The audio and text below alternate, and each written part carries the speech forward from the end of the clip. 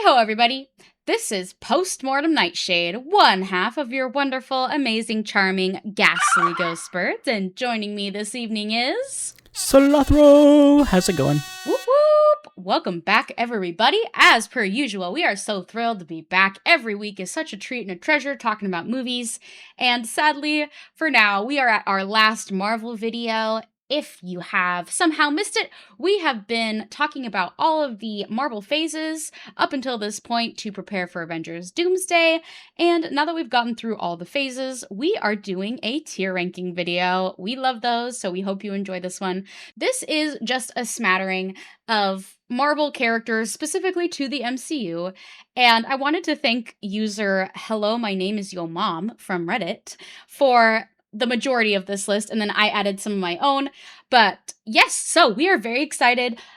We have our tier lists here. Slothro, do you want to fill them in on our tier list names? Yeah, so at the very top of our list, we've got the S tier, which is the Super Legends. We've got the A tier, which is the Absolute Units. We have the B tier, which is Bustin' It Down Marvel Style. We have C for Krabby Corner. And D for Damn They Suck. So basically, as you guys may not know or may know, it's best to worst, top to bottom. So S is the highest, D is the lowest. And we're just kind of giving our thoughts on each one of these characters and where we'd put them. I did want to ask you, are we doing this just as the character within the Marvel movie cinematic universe, or as characters outside of the properties of the Marvel movies? Yeah, so this will just be the Marvel Cinematic Universe. So just as we've seen them in the movies, or there's a few TV characters in here, but these are all characters from properties in the MCU that we have talked about up until this point. And as we've mentioned before, we are very casual Marvel fans. You'll be getting a little bit more deep dive from us on the DC side, but super casual. So be friendly to us in the comments. We are just having a good time chatting about Marvel over here. But yes, this is just a smattering of MCU heroes, villains, side characters. There's just a whole bunch of options on here. So are we ready to get started, Slothro? Any thoughts before we get going here? Not really on my end. I'm just excited to see where we end up putting a lot of these characters, because some of them I feel like I might surprise you in where I'd actually put them on the list. So yeah, I think we're in for some interesting discussions.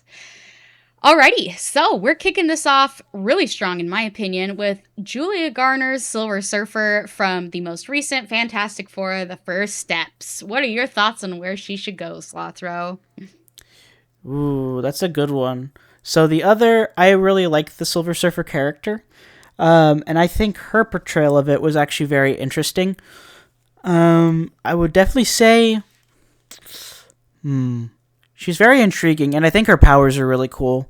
I would probably put her in A tier, Agreed. probably just because of like the uniqueness of the character. Like Silver Surfer is just a cool character in general, very cool concept. Awesome. Yeah, I agree 100% with you. I think Julia Garner, misspoke. Julia Gardner did a great job with the Silver Surfer character. I loved the special effects on it. I liked what they did with her story.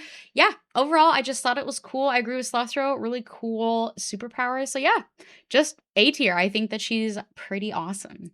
All right, and moving along here, up next, we've got Ultron from the Avengers Age of Ultron movie, the main bad guy of that film. So for me, see, I like what they tried to do with him. He has that super iconic line that was super like memed on at the time, where he's kind of like Disney had acquired Marvel, and so he was like, there are no strings on me, very Pinocchio-esque, which I appreciated that. But honestly, he's not super memorable, or I mean, his motive is definitely more interesting than a lot of Marvel villains. So I don't know, I'm between B and C tier. How are you feeling, Slothro? It's so hard because the comic like versions of this that I've learned of, and also playing like video games with them as well. Ultron is a really unique character, and like you said in the movie, it's definitely not portrayed in the best way. But I definitely think for what we're given, it helps move the plot forward in that movie. So I'd have to say probably from this aspect, I'd probably give him a B tier. So busting it down Marvel style, but I don't think he's A tier, at least from the Marvel Cinematic Universe standpoint. Yeah. Agreed. All right, so we'll put him in B for now. Just be aware, we will go back at the end of this video and look over our list, and anybody is subject to be moved up or down. So for right now, Ultron's going in B. And coming up here, we have the villain from the first Ant-Man film. We have Yellow Jacket, aka, in my opinion, the Marvel attempt at Lex Luthor. How do you feel about Yellow Jacket, Slothro?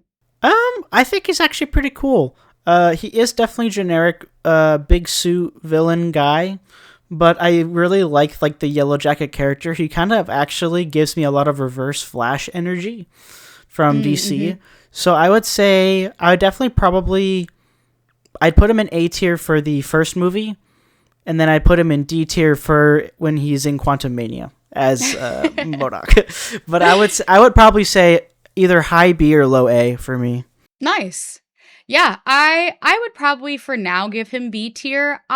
He's memorable enough to me where I wanted to add him to the list from the original Reddit post. So yeah, I think just for that alone, I'll put him in B. But, nobody is safe here. And up next here, we have a recent character, I think from only the last couple phases, phase 4 and phase 5 here. This guy's name, when I was looking him up, was so confusing and all over the place. He's listed on Google as John Walker or the U.S. Agent, but I just call him the knockoff Captain America. So we're just gonna call him John Walker because I think that's the easiest way to go about this.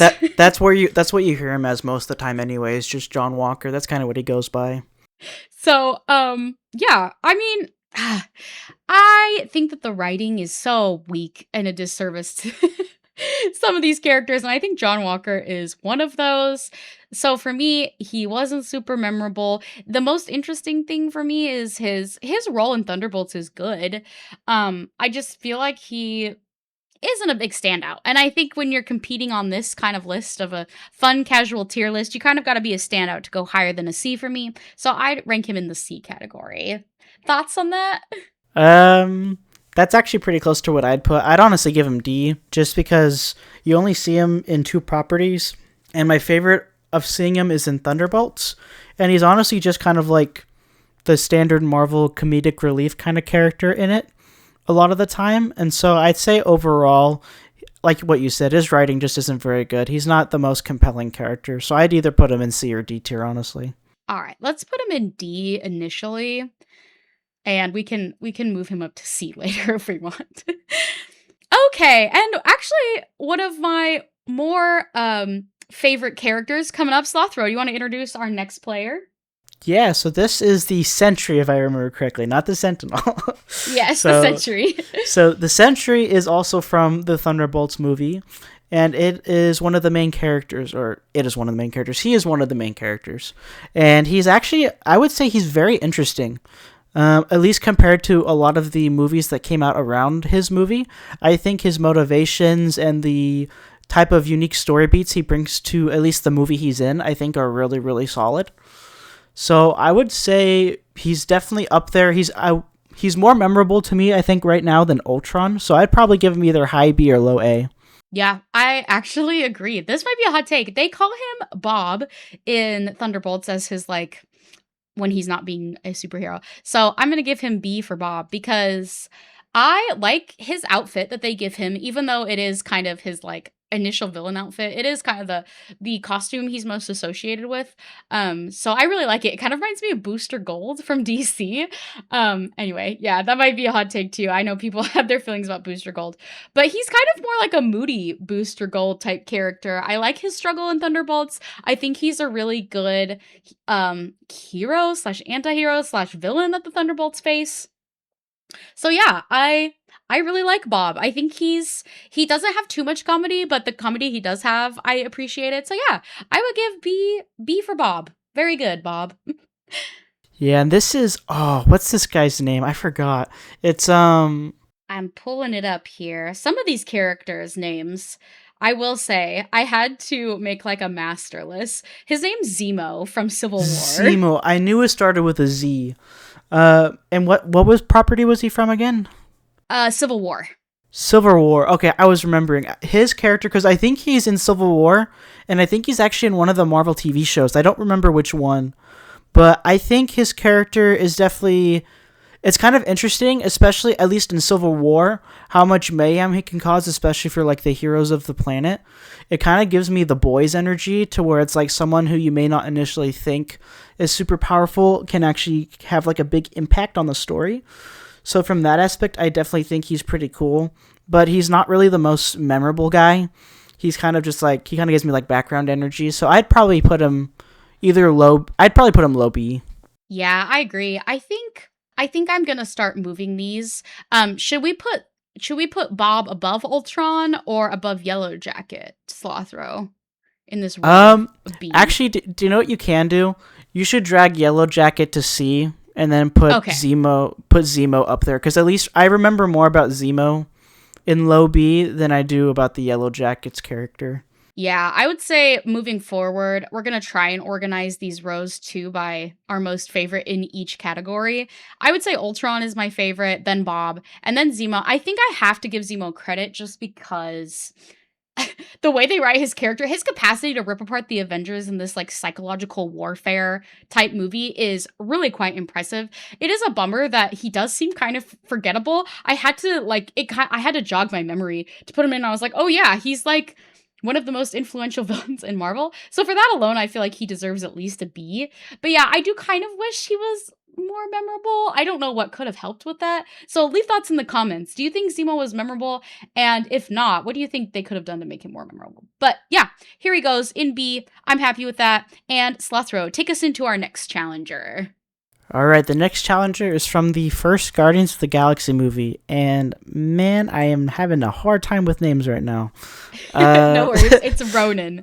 Ronan. Okay, so Ronan is one of the initial henchmen you see for Thanos, and he has the purple Infinity Stone in the first Guardians movie. I think, honestly, I think he fit the role that he played in that movie really well. He's not a very memorable villain, but a lot of his impact in the story in the first movie is definitely very intriguing, especially when it comes to his interactions with Thanos and kind of what that leads up to, because I'm pretty sure that's one of Thanos' first appearances is actually with Ronan. So I think overall Ronan did a good job, but I probably remember more of what Yellow Jacket does than Ronan, so I'd probably give Ronan a C. Perfect. That is the exact spot and the exact reason. I think I like Yellow Jacket, oddly enough, just a little bit more. And I don't know if that's the like connection in my mind about Lex Luthor. Maybe that's a bias. So I'll put that out there. But yeah, I mean, Ronan's fine enough. He is quite forgettable, especially in the phase that he's in. He's definitely, I think, phase two early on, if not late phase one, but I'm pretty sure phase two. And yeah, I mean, he's a fine enough villain to face the Guardians as their first big baddie. So, he's not bottom of the barrel, but he's also not super great either. So, and this next one up here, I think Slothro unfortunately hasn't seen Guardians Volume 3 yet. But this is the High Evolutionary, the main bad guy from that movie. And I will go ahead and say my pick right off the bat is to put him actually right here. Because I would say that as a villain, he is much more memorable than Zemo for sure. And he is just, I mean, on Despicable level, easily like one of the worst villains in Marvel history, one of the darkest storylines. He is definitely one of the worst antagonists Marvel has put forward. And maybe, I don't know. This is my struggle here. Slothro, should we rate him based on how evil we think he is, or just on a general basis in comparison to these other characters? What are your thoughts? I think we should do it like general comparison, because if we do it based on like evil deeds, that would basically put some of these at like the very bottom of D. So like I Yeah. definitely, and some of them would be like way up in S tier. Like most of them would be either S or C or D. So I think probably just like overall, but definitely yeah. In terms of evil, he probably, from what I've heard, would definitely be on the higher tiers. I don't know too much other than clips, so I would agree with you in B. I'll take your word for it. Cool. Okay. Well, and the next villain, Slothro, who do we've got coming up here? Now, this next one is from the Spider-Man movie. So this is Vulture. And Vulture's a pretty interesting character in the Marvel comics and just the story in general. In this movie, he's only in the first one, so he's in Spider-Man: Homecoming, and he's actually the dad of Mary Jane, who Peter Parker falls in love with in the story, which gives a lot of weight to the story that Vulture has in this movie. So they honestly kind of give him more of an anti-hero kind of vibe for a part of the movie until the end, which is very interesting, especially since other Spider-Man characters, especially like Dr. Octavius, kind of fit that role. But I think overall for this movie, I think he did an adequate job. So he's definitely an interesting character. So I'd probably give him B, honestly. Yeah, I agree. And where do you think on the B tier he should go? Either I'm kind of leaning somewhere in here. Yeah, I think he's past Zeno. He's more memorable just because of his looks in general. So I'd say just for that alone, he definitely is more unique. So I think right there is perfect. Yeah, I agree. And funnily enough, when doing research for this episode, I actually found that, and I remember this vaguely, and it sounds like instead of Mary Jane, Vulture's daughter's actually named, she's played by Zendaya, and her name is actually Michelle Jones. So the same initials, but yes, it seems like I was, sleuthing it out. It seems like that's her name in the MCU take on the character. So Michelle Jones is Zendaya's character, and her dad is the Vulture. So yeah, I agree with Slothro. I think just for looks and memorable looks here, I think I agree. He has to go above Zemo. Also, that is my bad. I totally forgot that it wasn't Mary Jane in the MCU. Oh, no worries. I also was like, is she supposed to be a Mary Jane? I was like, Googling her, and I was like, no, they gave her a new name, so don't worry. I was the same way. I also like that he's the first solo villain that Tobey Maguire's, oh my goodness, that Tom Holland's Spider-Man faces. Yeah, so I like him. I think that's a great spot for him to go. And next up is one of my favorite villains, one of my favorite actresses of all time, plays Hela from Thor Ragnarok. Thoughts on her, Slothro? I actually really enjoyed Hela's portrayal in Thor Ragnarok. So she was a very intriguing villain.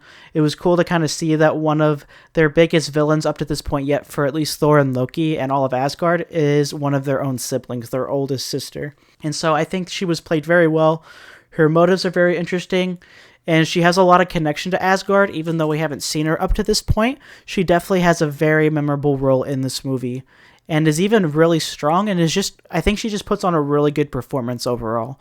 So I'd probably honestly give her an A tier just because I think she did a very good job. Yeah, 100% agreeance. Do we think that she goes above or below the Silver Surfer? Ooh, I really like Silver Surfer. It's hard because I like the comic character of Silver Surfer. I would put her. I do think she did a little bit better than the Silver Surfer though, acting wise. So I'd put her just above the Silver Surfer, just because I feel like she's more memorable to me of her motivations than the Silver Surfer. Yeah, I would agree. I think she got more fleshed out screen time and fleshed out ideas about her motives a little bit more than Julia Garner's character. I do actually kind of wish in the first steps they gave the Silver Surfer more screen time. I mean, I loved that we got as much as we did, but I could have used a little bit more from her story-wise. And so, yeah, I'm going to agree with Slothro. Cate Blanchett is one of my favorite actresses of all time. She's played so many memorable and iconic roles for me. And she brings that same energy and greatness to playing a Marvel supervillain, and she does a great job. The color palette's great. Her connection with Odin and, his cover-up of her to kind of make himself look better. I love all that motivation, all great. Her look, it's not seen in this picture, but she gives herself this really cool, stone black helmet thing that I love. So yeah, agree with Slothro, great spot. And coming up next here, we have the first on-screen portrayal in the MCU for an upcoming, I'm sure he'll be back, big bad here. We've got Galactus, again from Fantastic Four, The First Steps. What do you think about him, Slothro? So it's very sad because I really think Galactus is really cool in the comics and everything outside. MCU though, I think he's very surface level, unfortunately. So I'd probably give him a B tier as much as I don't want to do that, especially because he's so cool. But I think his voice acting is really good. I would definitely give him a high B. But I don't think he's not as memorable to me as some of the other performances on this list. Yeah, agreed. And I think I would put him below Bob, or would you put him above Bob? What are your thoughts on that? I think it's honestly preference. I know I would put him below Bob, honestly, because Bob's a lot, like, his story is a lot more intriguing in like the MCU than Galactus at the moment. So Perfect. Okay, agreed. I agree. I think Galactus was cool. The visual effects on him in the first steps is amazing. His divide that he brings to the Fantastic Four's universe is great. I really like the instigation of, he's like, yeah, I won't eat the earth, but you have to give me your baby. Obviously, the Fantastic Four don't want to do that. And so that creates a really interesting, a really compelling story for me. I just really enjoyed it. So I think for that reason, he gets B for me, but I agree with Slothro. He definitely, I could use some more story from him, and I really hope that they give him more time to shine later on. But coming up next here, Slothro, who do we got? we have got the Red Skull from the first Captain America movie. And I guess also Infinity War, if you want to get technical. He's a very interesting character. So he is during the time of World War II, and he is involved with the Tesseract, or the Blue Infinity Stone, in this aspect. And I think his acting, especially as an actor himself, I'm pretty sure it's the actor that played Elrond in Lord of the Rings. I think he does a pretty good job as the Red Skull, honestly. It's kind of sad that you don't get to see him for as long as other villains, but I definitely think in his moment in the spotlight, I think he did a really good job overall. So I definitely give him high B or even low A, just because whenever you see him, you know who it is. So yeah, I think he has one of the most memorable looks. I really appreciated the very Shakespearean way that, I'm sorry, I don't remember the actor's name. The guy that plays Elrond, he brings a very Shakespearean quality to the role that I appreciated. And he just feels like a good classic comic book villain. And so I agree. I would give him, what are we leaning, Slothro? I would either give him above Ultron or below Silver Surfer. Where do we want to finalize him at? For now, let's go above Ultron. Okay, perfect. Alrighty. And I am gonna have to look up the name of this guy because I remember him for being so awful and terrible. He's a henchman of Thanos, and I'm looking up his name here. I remember he's the one that talks the most out of all of them. Yes, he's a chatty guy. He honestly gives the same vibes as lots of Lord of the Rings references here as the Mouth of Sauron. Definitely similar vibes and even a similar look. We have Ebony Maw. So what do you think of him, Slothro? Well, right off the bat, we both didn't even really remember his name. All we remember is that he jabbers a lot when you see him. He is mainly only, I think, he's only in Infinity War, so you barely even see this guy. And all he's doing is just doing, like, you know, your standard, like, bootlicking kind of vibe. So I would say, of Thanos' henchmen, he's probably the most interesting, but that isn't very high because a lot of his henchmen are kind of mid. So I'd honestly kind of give him a C, a low C. Yeah, I would say he, for me, probably goes right there. I think he was meant to be just a foil for Doctor Strange's character to kind of, because he's magic focused. And you do, Slothro's right, you really only see him a little bit more in Endgame, when they go back in time and Thanos brings him forward. You really don't get much more screen time with him. The most you see him is in Infinity War. But yeah, he's mostly just a magic user, big yapper, big bootlicker. So agree with Slothro here. This is a good spot for him. And coming up, it's hard for me to hide my feelings. We have Green Goblin. Slothro, your thoughts? So this is from the Tobey Maguire series, and also in the MCU, it's in the latest Spider-Man movie. I think Green Goblin is a very interesting character. It's basically like if you took if you took Gollum from Lord of the Rings, but made him like an extremely like intense foil. And I think he's done very well. He's got a lot of that interesting aspect to where you kind of, like, Spider-Man grows to, like, connect with him. But then you also have the Green Goblin side that can be very venomous in a way and can cause a lot of issues. And I think William Dafoe's portrayal of Green Goblin is extremely, extremely good. I would say he's either high A, or I would even say he might almost be our first S tier. I have to agree, Slothro. I think Willem Dafoe knocks it out of the park with Green Goblin. I think he's is our first S tier. This character in No Way Home is so scary and so good, and he brings so much weight, and like he is the reason that Spider-Man loses Aunt May. Spoiler alert, as per usual in all our videos. But he is a menacing, terrifying, very smart, very, very capable supervillain. And similar with Red Skull, Willem Dafoe brings a very Shakespearean, almost S quality to Green Goblin. So 100% with you, Slothro. S tier for sure. And we got the Thing next from First Steps. I honestly really enjoyed this portrayal of the Thing. I honestly think this is probably the most accurate portrayal, especially compared to the other Fantastic Four movies in the past. So I would say he's actually very relatable, at least in terms of, trying to relate with people and wanting like a normal life. So I would say, and his acting was good, I would give him low A. I think he deserves it. I think he earned his spot there. Agreed. And above or below Silver Surfer, what are your feelings on that? He gets let's leave him there. Screen time. He does get more screen time.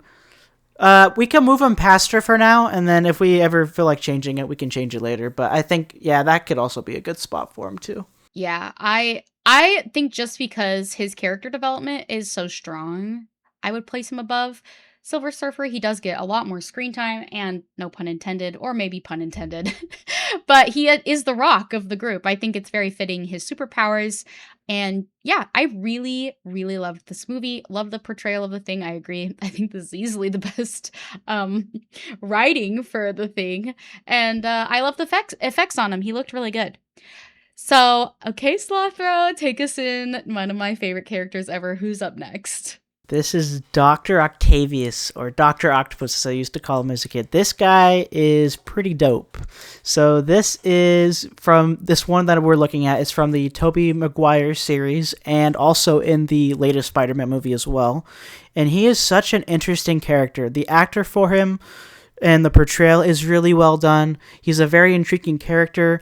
He's an anti-hero, but he's almost more on the hero side at some aspects, and only falls into the villain category in some aspects just because of like the method of like his technology. But he is a very interesting and compelling character to watch, and he's very influential on a lot of characters in the story, especially on Spider-Man. So I think for that alone, I think he deserves an S tier. I think he does a phenomenal job. 100% agreed.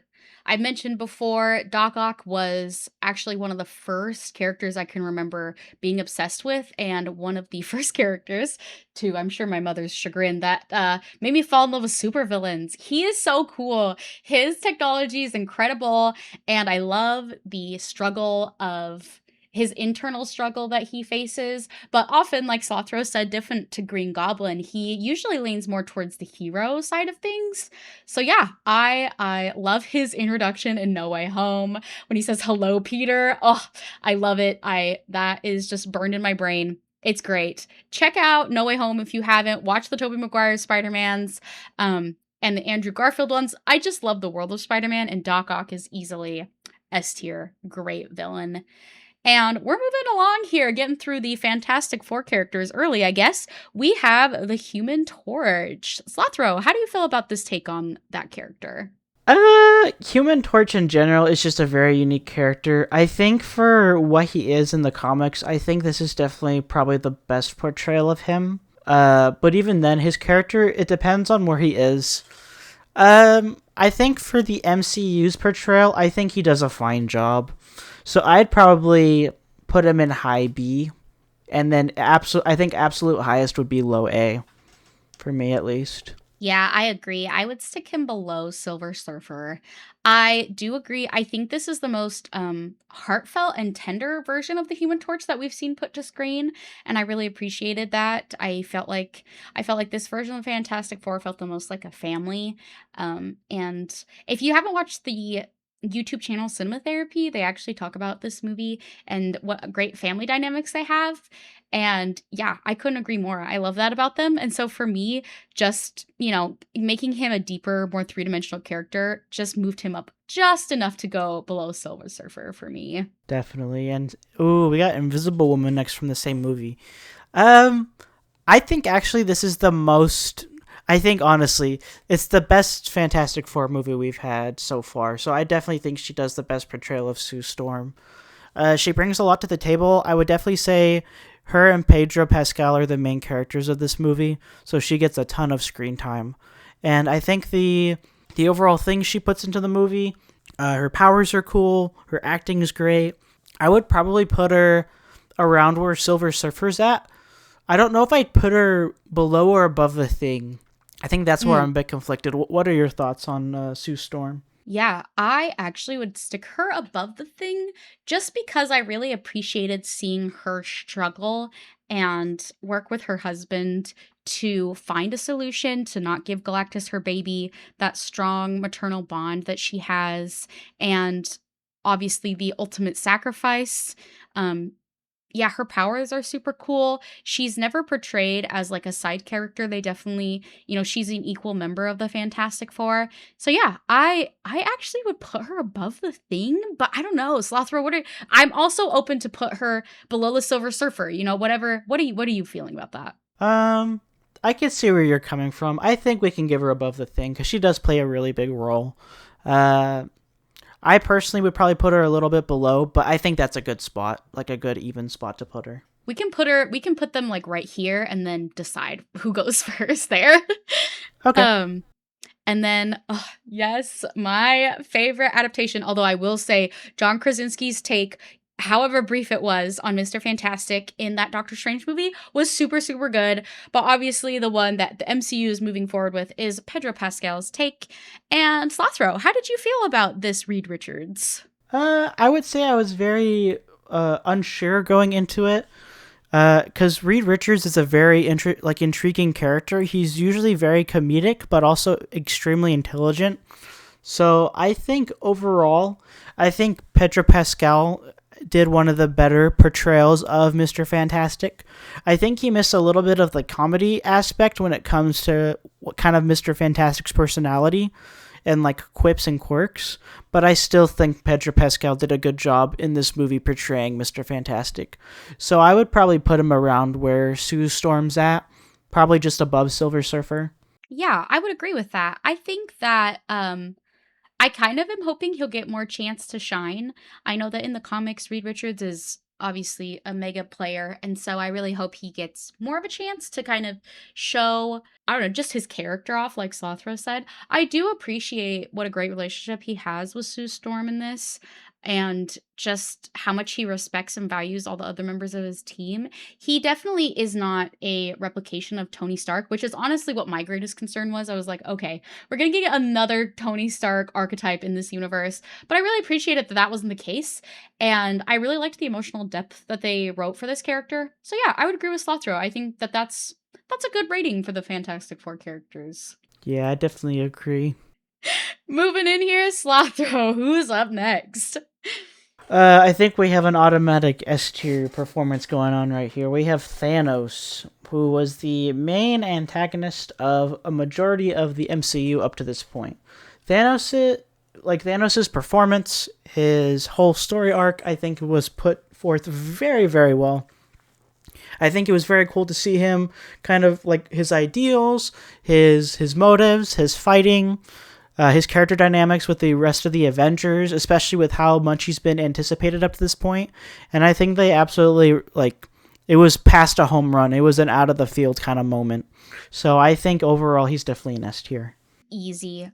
Easy. I would say Thanos is played by Josh Brolin. Again, another actor who's had a great resurgence. I really enjoyed seeing all of his roles, and his portrayal as Thanos is easily. Thanos, for me, is one of the greatest villains ever put to screen.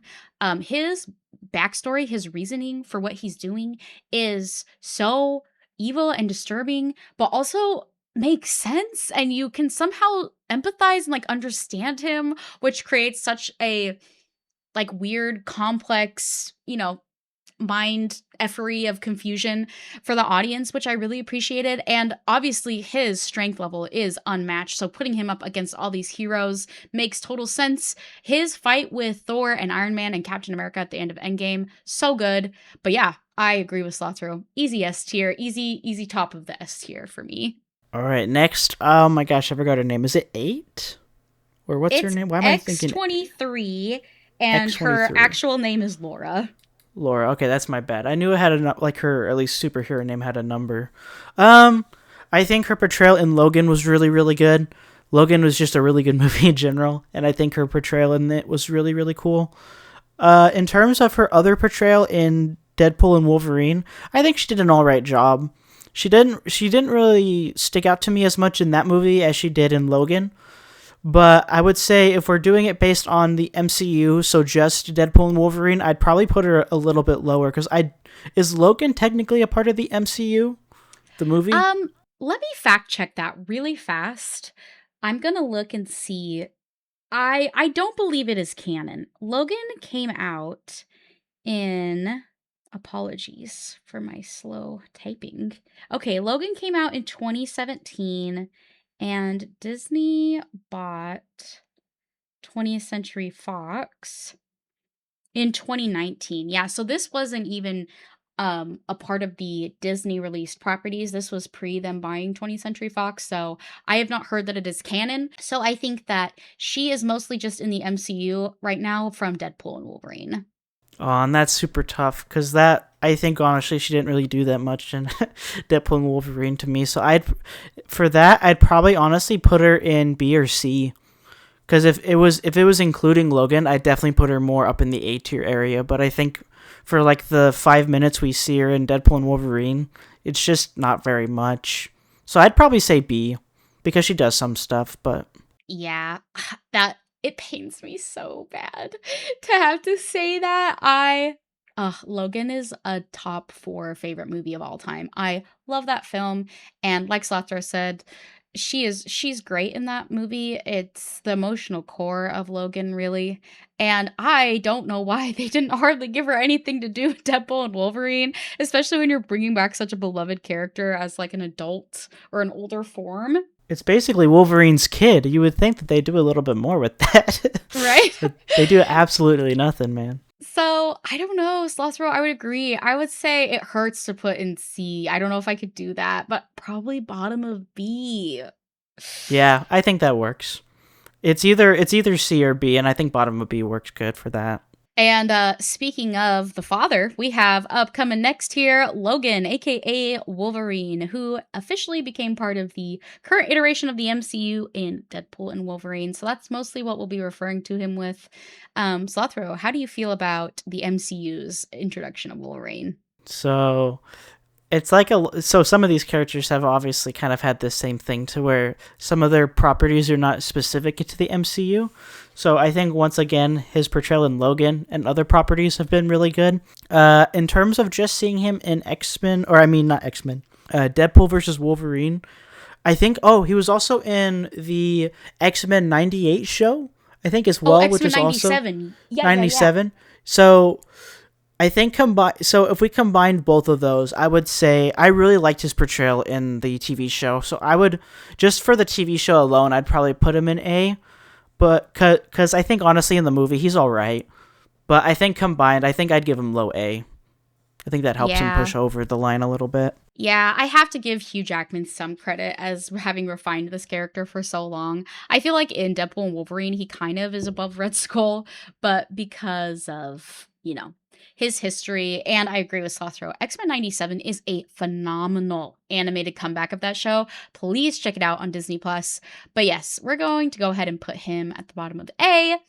And his counterpart in the most recent MCU take, we've got Deadpool. Deadpool, yes. So he's in the, a lot of these are from the same movie. Deadpool's introduction, I think, is really good. So once again, he has his own movies that were before the MCU. I haven't had the chance to see them, but I've heard that they're very fun to watch and that they're very good. And I think for the MCU's introduction to Deadpool, I think they did a very good job. Because Deadpool is kind of supposed to be kind of like this fourth fourth wall breaking comedic character, and of course he brought the same energy that he has in the prior movies. So I think for being introduced to the MCU, I think they did a pretty good job. So I think I'd give him an A tier for his performance. I agree. I think Ryan Reynolds' take on Deadpool is incredible. I'm kind of torn. I don't know what should we stick him above The Thing or above Hella? I just think his portrayal of Deadpool is so iconic. I don't. That's a really good question. I'm 50-50 for before or after Hella, just because Deadpool's such a memorable character compared to Hella. Like, Hella's a really cool and memorable character, but Deadpool's one of the biggest icons of Marvel. Yeah. So I think for that alone, I think we should put him just above Hella. Nice. Okay, cool. I agree.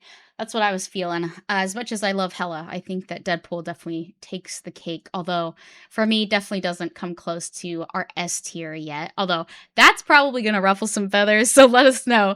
Do you think Deadpool should have been an S tier? Where would you put him in the S tier category? And coming up along here, we have from... This is, I believe, his official introduction into the MCU was the most recent Doctor Strange movie, Multiverse of Madness. Correct me if I'm wrong on that. It's getting a little confusing and all over the place as to how the X-Men are being brought in. But we have Professor Xavier. What are your thoughts about him, Slothro? So once again, he also came out because so his initial introduction was the Multiverse of Madness, but then he also showed up once again in X-Men 97 as well, which is, I think, honestly, one of the saving graces of some of these characters for me, because boy oh boy, I think he had an all right portrayal in Multiverse of Madness. But you see him for I don't even think he even reaches like 5 minutes of screen time. I think you see him for like 2 minutes. Yeah. And then he's dead. So I think for that alone, for just his live action counterpart, I would definitely give him a C, which is so sad because he's such an iconic character. But if you're putting him with like X-Men 97, I think that definitely helps his character like become a lot more interesting, which then I'd give him like a high B. Yeah, this is so painful, you guys. I really enjoy the early X-Men movies. I enjoy this take of Professor X is iconic, obviously. And so this is so painful because we're basing this on MCU, guys. I'm sorry. Please don't. We're just ranking on MCU here. So we gotta bite the bullet. I agree. I would put him either a top C or below Laura. What are your feelings there, Slethro? I'd actually, honestly, I put him above Laura, which is super sad because he's just more he pops out more in his movie that he's in, but that's not very much. So yeah, he also so sad. He also gets like a minute more of screen time, I think, than her. Yeah, it's just so sad. He's such a cool character. Yeah, I agree. This hurts my soul. This right here, where Laura and Professor X are, and where Wolverine is, I'm like, man, this hurts. But we got to play by the rules. And speaking of Doctor Strange and the Multiverse of Madness, we have America Chavez. I do not even remember this character. Oh no, I do. She's in the Multiverse of Madness, and I think that's the only property she's in.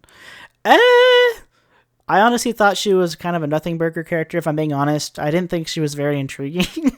And her powers, like, I guess you could say her powers definitely stand out, but I don't know. I think for me personally, it's just not my kind of character. I would honestly put her in C. She's not very memorable for me. If you told me to say her name off the top of my head, I would not remember her name at all. And that's such a bummer. I think this is the first one we're going to disagree. I actually really liked her. I'm kind of bummed that they haven't done anything else with her. I think she could be a really great new addition to the MCU. I like her powers. The multiverse jumping with like the star effect is really cool. And I thought her costuming was super fun and like modern and a little less superhero focused, which you might think is a drawback, but I think that for like a budding superhero that she is, I think it's a cool look. So yeah, I actually liked her character. I liked her interactions with Doctor Strange. I thought she brought a little bit of heart there, kind of almost like a Robin-esque character. So I actually would put her somewhere in B. So what's gonna be our compromise here, Slothro? Where should we put her? If you want, you can put her in low B. I think that's fine. At the bottom? Yeah, I think that's a good spot. All right, cool compromise. Okay, so Who are we looking at next here, Slothro? So we have Andrew Garfield Spider-Man. Um, I think he did a pretty decent job, especially when it came to his dynamics with his relationship with MJ. I think that was a very interesting part of the movie. I would definitely say his his portrayal of the three has definitely some of the most like I would say it's like the gothic it's the goth of the three. It's the abstract Spider-Man of the three Spider-Mans. So I think it has some really cool takes on it. His character, I think he does a good job playing Spider-Man, of course. Is he my favorite Peter Parker? Probably not. But I definitely think I think he's definitely a very good actor and does a good job of portraying the ideal Spider-Man. So I would probably give him low A. Yeah, I agree 100%. I would put him below there we go. Put him below Wolverine, but I think Andrew Garfield does a great job. I think he got shafted a little bit with the writing, especially of his second movie, when he was originally being Spider-Man. Obviously, those are part of the MCU, but I think it does impact the nostalgia or the love that people have for this character. I think there has been renewed love, especially since No Way Home. I think Andrew Garfield is a great Peter Parker. He has the look, he has the personality, he has the acting chops to pull it off. So I agree with Slothro. I think that he is probably the least beloved, unfortunately, but I still think he's a good Spidey. And before we get to I arguably people's most favorite version of the Spider-Man character ever put to screen, first up here we have, as mentioned earlier, Reed Richards from the Doctor Strange Multiverse of Madness movie. Unfortunately, he gets not very long screen time before he's taken out by Wanda. But before that, Slothro, how did you feel about him? I honestly didn't like it, which sucks. I like the actor. I like him in other properties, like The Office, of course. But I think his portrayal of Mr. Fantastic is he's on screen basically. He teleports in. He just stands there, monologues for like 2 seconds, sciencey words, and then turns into spaghetti. So I honestly think this portrayal, like he looks cool, but that only gets you so far, and especially with all of these great actors and actresses doing these portrayals. So I honestly think his portrayal is probably on the C for me. Oh no! Okay, well, I guess another one's Lothro and I disagree on. I actually liked his portrayal. They didn't give him much to do. You hardly see his stretchy powers at all, except when Wanda kills him, which is a bummer. And he's given such a serious role in Multiverse of Madness, but I can see Slothro's critiques. So, I guess, oh, this is gonna hurt. Sorry, buddy. I know because Oh man. I like the actor. He's such like his movies, A Quiet Place series, and of course his portrayal in The Office. It's nothing against him. It's just for his specific portrayal of being in 5 minutes of MCU. I just don't think it was very good. Yeah, I feel bad. Okay, well, who's up next here, Slothro? Okay, now we got some good stuff on here. We've got Tobey Maguire's Spider-Man. If you want like almost like an 80s or 90s almost like Rocky vibe of like 0 to hero in like point 0.5 seconds or some Hercules energy, you've gotten to the right street of New York, because this Spider-Man is probably the most iconic Spider-Man ever put to film. And I think he does a phenomenal job of being the character of Spider-Man. So I would easily give him an S tier just for being able to kind of be in the shoes of Spider-Man and being able to make it to where he's so beloved by so many audiences. I agree. I know his movies aren't in the MCU, so we're mostly basing this off his portrayal in No Way Home.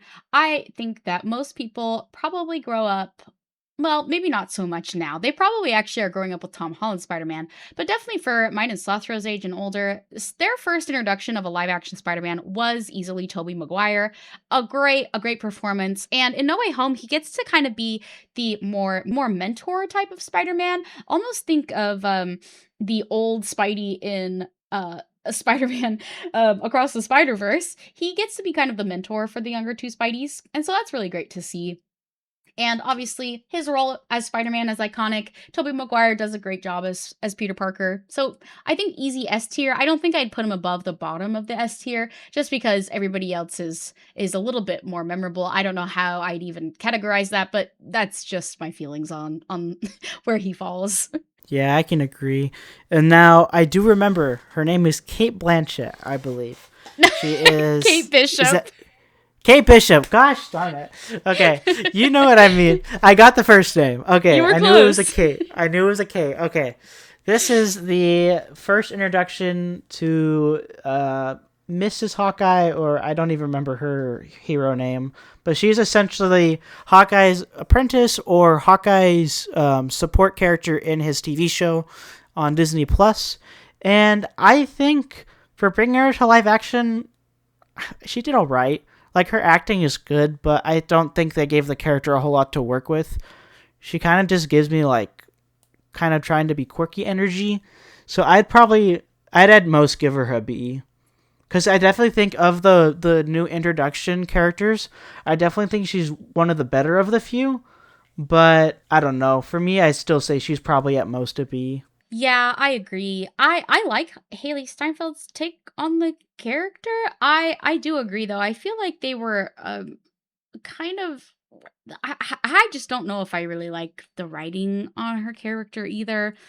I feel like America Chavez, I definitely feel like was much less of like a girl boss written character. I kind of feel like they fall into that trope here while also trying to balance her with more of like a sidekick energy, i.e., think Ahsoka early on in the Clone Wars. So maybe that's more the vibe they were going for. I don't know. I agree with Slothro. I would honestly put her right here. What are your feelings about that? I think that's fine. She's not very memorable.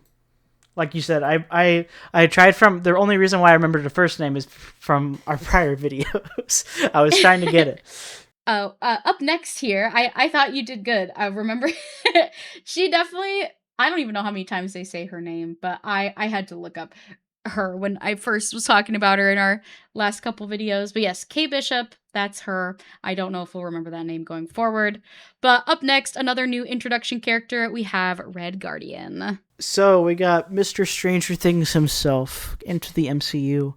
Um, I think I don't know much about the Red Guardian character, so I didn't even really know he existed until his appearance in the Black Widow movie, and then of course in Thunderbolts. I think I did not like his character in the Black Widow movies. I think his portrayal in Thunderbolts, he's definitely the comedic relief. So I think for that aspect, if you like him for the comedic aspect, I think his acting's fine. I would honestly probably give him a B. Just because for me, he's not the most interesting character in the MCU. So I would probably just give him a B at most. Yeah, I would probably stick him like right here. As what do you think about that? I think that's fine. I'd honestly put him a little lower, but I think that's a good compromise right there. Yeah, honestly, I do think I like Bob a little bit better. So I think I don't know, maybe I like Galactus a little better. And that's what I'm saying. The more you think about it from his portrayal, he's just I don't know. He's just an interesting character in terms of like I don't know. He's basically I don't know. Yeah, I don't know what I'm saying. yeah, no, I know what you mean. It's hard to put into words because his character's not bad and the performance isn't bad. He just feels like he came in at a really I don't know how to say it, an unfortunate time at Marvel. And, yeah, I would say he's just fine. I honestly don't have that many thoughts about him. He doesn't annoy me or anything. So I think B is good. I just had a perfect thought of who he reminds me of. For those out there who know the game series Ratchet and Clank, I don't remember the main character superhero name, but Red Guardian, like his acting and performance gives me a lot of the comedic vibes of that superhero character. We'll put a photo in the video showing who that character is, but I think honestly that's the same energy he gives me in the MCU. Well, I will take your word for that. Wait, that makes sense then. Yeah, okay. A video game performance does make sense for this character. And up next here we have one of his adoptive daughters, Yelena, who I believe is being set up to kind of take over the Black Widow role. How do you feel about her, Slothro? I did not like her in Black Widow. I think she was good in Thunderbolts. I liked her dynamics with Bob a lot. I think it added a lot more depth to her. So I would say she's in the B tier category. I would say like middle B. I think she's definitely higher than Red Guardian. I think she's very interesting, but I would not say she's my most, like, I don't know. She's not the character I focus on the most, but I think for what she's done, her acting's good, and her character's interesting. Yeah, I would agree. I would say above Red Guardian, below Vulture. I definitely think that they really did a good job getting audiences to like her more, including me. In Thunderbolts, I liked the emotional core she brought to the group. I think that if they keep up that kind of writing, I think she's going to be a really strong MCU character actually. And I agree. I really liked her dynamics with Bob. I thought they were interesting and they were actually pretty compelling for some of the writing we've been getting from the MCU lately. We have Nakia. I believe I'm pronouncing that correctly. I apologize if my pronunciation's off, but I believe her name is Nakia. And Slothro, what did you think about her in the two Black Panther movies? I'm trying to remember. Can you remind me what role she played? Was she the love interest of Black Panther? Yeah, she was Or the love interest. She's the one that has his son that we find out at the end of Black Panther 2. oh yes, okay, I remember what you're talking about. Um, I think her character.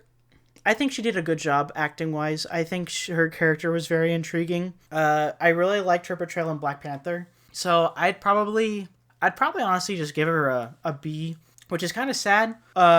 Because I think she's pretty cool, but I don't know. I personally am just a really big fan of the Black Panther more. So I would probably give for her. She does a good job acting, so I'd probably give her a B. Yeah, I would agree. I would actually probably stick her like right here in the B category just because she is I like her emotional core that she brings with um bouncing off of the Chadwick Boseman portrayal of Black Panther. Um she doesn't get a ton of screen time, but I do remember her and I remember enjoying her character and the actress's portrayal. So yeah, I would say she's a good character. She's solid in here. I definitely don't think she is in the lower parts of the B tier. So yeah, I would agree. I think is that an acceptable spot for you, Slothro? I think so. That's fine for me. Perfect. And of course, she obviously for me deserves this high up just because she is the mother of Black Panther's son. I think that's pretty awesome and pretty incredible. An interesting new way to take the franchise. So yeah, very exciting stuff. I can't wait to see what they do with that. But up next here we have Valkyrie from well, she's in a lot of movies after Thor Ragnarok. What do you think about her? Honestly, I think her best portrayal of her character was in Thor Ragnarok, which I think was really cool. I liked the Valkyrie aspect of like there's these other warriors that are in Asgard, and they have like a unique characteristics and like I don't know, they're just like a whole different vibe compared to like the heroes we get like Thor. So I think honestly she's really cool in Thor Ragnarok. I'm not as big of a fan of her in Thor Love and Thunder. I think she kind of falls into like the very low low acting category, but just for Thor Ragnarok alone, I'd give her a B, but I probably wouldn't give her above that in my opinion. Yeah, I would say I really liked what they were doing with her character up until the end of Endgame because she does take over as being the leader of Asgard, the Asgardian people as they're living on Earth. She takes that over from Thor. So I really liked where they were going with that. Her character felt very interesting and grounded after Ragnarok, which I appreciated. And then, yeah, they definitely derailed a little bit of that with Thor Love and Thunder. But I'm going to choose to not take that too much into account and focus more on the Ragnarok and Infinity War Endgame performance. So yeah, I would agree with Slothro. I think I would put her like right here. I would say that's a. What do you think about that placement? I think so. It's basically like a firework that got hit midair and just decided to flop on the ground. In my opinion, it was like, oh my gosh, we're watching it, and it's gone. Yeah, So I think the writing team kind of nerfed her character a little bit there. yeah, it was basically like in Wii Sports when you hit the ball and it's flying, and you're like, oh my gosh, it's a home run, and then someone catches it, and it's like single, and it's like no.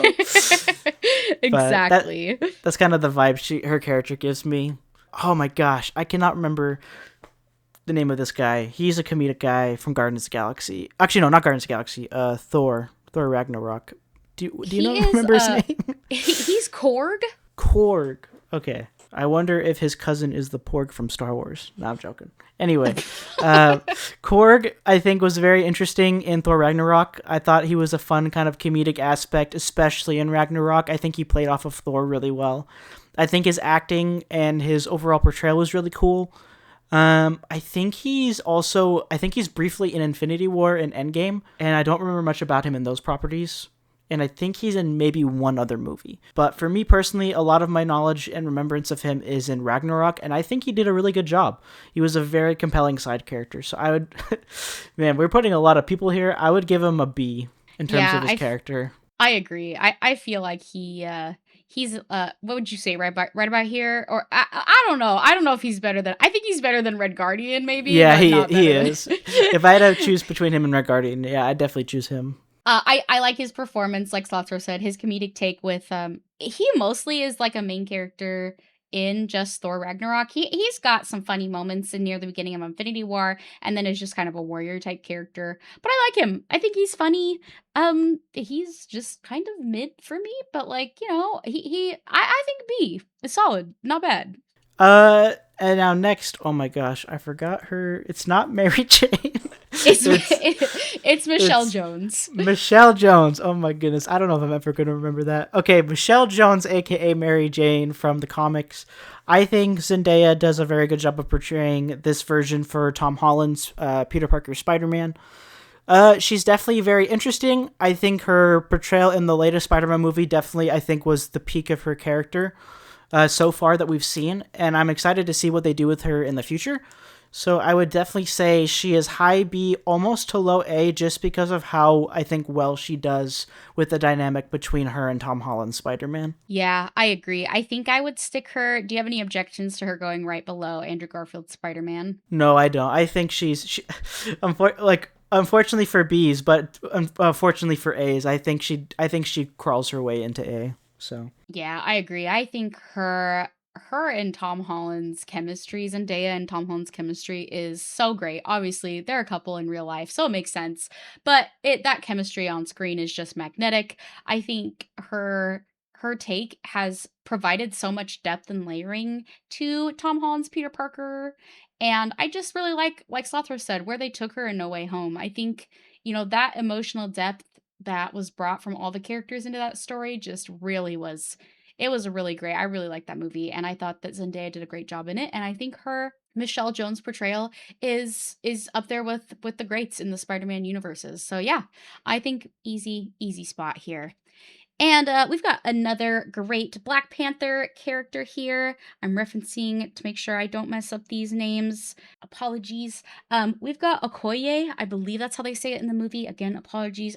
I'm trying my best with the pronunciation. But we've got Okoye. I love this character so much.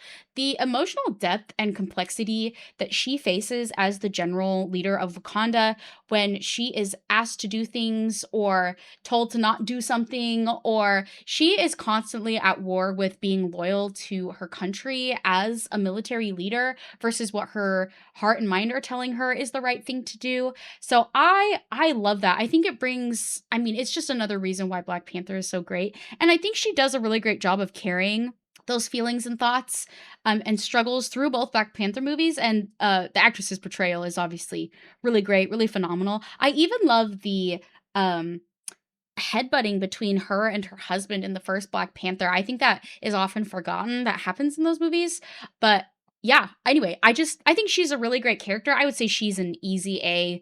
Yeah, definitely somewhere in the middle A category. But what are your thoughts, Slothro? I would definitely agree. For being a side character, she does a very good job of almost not being a side character with how much depth she gets. And she does a very good job acting. I find her character very intriguing. And I think she's really cool. She's kind of got like that underdog aspect to her in the Marvel Universe, which is not a title that a lot of them can have. So I would put her in A. I think she does a really, really good job. Yeah, I honestly would stick her like right here, or yeah, even, I don't know. I like her better than Firestorm. I think she's just more interesting in general. Yeah, I think the compellingness, I think Human Torch could eventually be as compelling. I just don't think there's enough screen time there. But her portrayal, I don't know. I'm kind of like, ugh. Anyway, we'll stick her there for now and then reassess a little later. Um Oh boy. And moving from an incredible character to Eh. a little bit of a nothing burger here. We've got Ghost. Yes, from the most greatest Ant-Man movie of all time, the Nothing Burger in the Middle. Her portrayal in Ant-Man and the Wasp was kind of, I mean, she's a good actress, but in Thunderbolts, I think that actually somehow managed to give her a little bit more depth, or more depth than anything in the Ant-Man and the Wasp did. I think her portrayal in Thunderbolts was really good. It definitely helped bring her out of the grave in terms of her character arc and development. But I still think I think she's still in the C category for me because man, Ant-Man and the Wasp really did a number on her character overall. Yeah, this might be a hot take. I would say I would put her just above John Walker. I believe was you his can name. go for it. You can go for it. I her character is it's so sad that she has to be put in that category, but it is what it is. Her character's just not for what her powers and what they could do with her character. They just don't do. She's just not. Yeah. She's just a nothing burger. 1,000% agree. I think her powers are so cool and they just do absolutely nothing with that. That is such a a fumble of the ball, Marvel. Man, I really hope they can somehow rectify that and get her out of this category, but man, yeah, this is not very Because we good. had his name was Zeno, I think, in B. I feel like with her powers, she could be like a very interesting like assassin like character if she was kind of similar to Zeno. Like kind of like a character dynamic they could have done with her, like, and they just, I guess there's so much stuff they could have done with her that they didn't, Yeah. which kind of leads us into Captain Marvel. I have not seen, as we've discussed in prior videos, I have not seen Captain Marvel or the Marvels, so I do not know much about this character other than clips and trailers. And she is in Endgame. Oh yeah, and she's in Endgame as well. I forgot. Yeah, at the end of Endgame. I think she's all right superhero. She kind of, I don't know. She kind of gives me the vibe of if the audience knows like anime, if you guys know like Dragon Ball, she kind of gives me like if she's like a Dragon Ball character kind of vibes when she's in the MCU. So I kind of feel like just with her portrayal, from my understanding, from just seeing her in like Endgame, you barely see her, and she's very one dimensional in that movie. So I would say, and I guess you see her in like clips when she's like talking to like the Avengers and like Infinity War and stuff. I just think she's, from my perspective, from what I've seen of her, she's just kind of one dimensional. So I'd probably give her a low B, almost C. Yeah, unfortunately for me here, I don't know why they did this, but she gets a very I have this problem with not all portrayals of Superman, but a big struggle of mine with that character is they feel so OP that they need to have good writing to balance that, to actually like make them somebody the audience can connect with. And unfortunately, I think they really struggle doing that with Captain Marvel in these movies. I don't know why. I know she's a huge role in the comics. She's got a bunch of different stories, so I don't really know why she is just doesn't have that much growth or change. And so I think for me, I wouldn't say it's as bad as like no screen time or like I don't know though, because I think I like America Chavez more than I like Captain Marvel. I think I it's don't just know. her writing is really bad, because I'm trying to remember, is there an other Marvel character? I don't remember if it's in DC or not, but it's the other superhero in the white with the blue cape. Is she in Marvel or is she DC? I can't remember. Do you know who I'm talking about? Yeah. Honestly, it's not coming to mind. But you know who I'm talking about. Yeah. I'm trying to think of what Dragon Ball character would you say she's most similar to?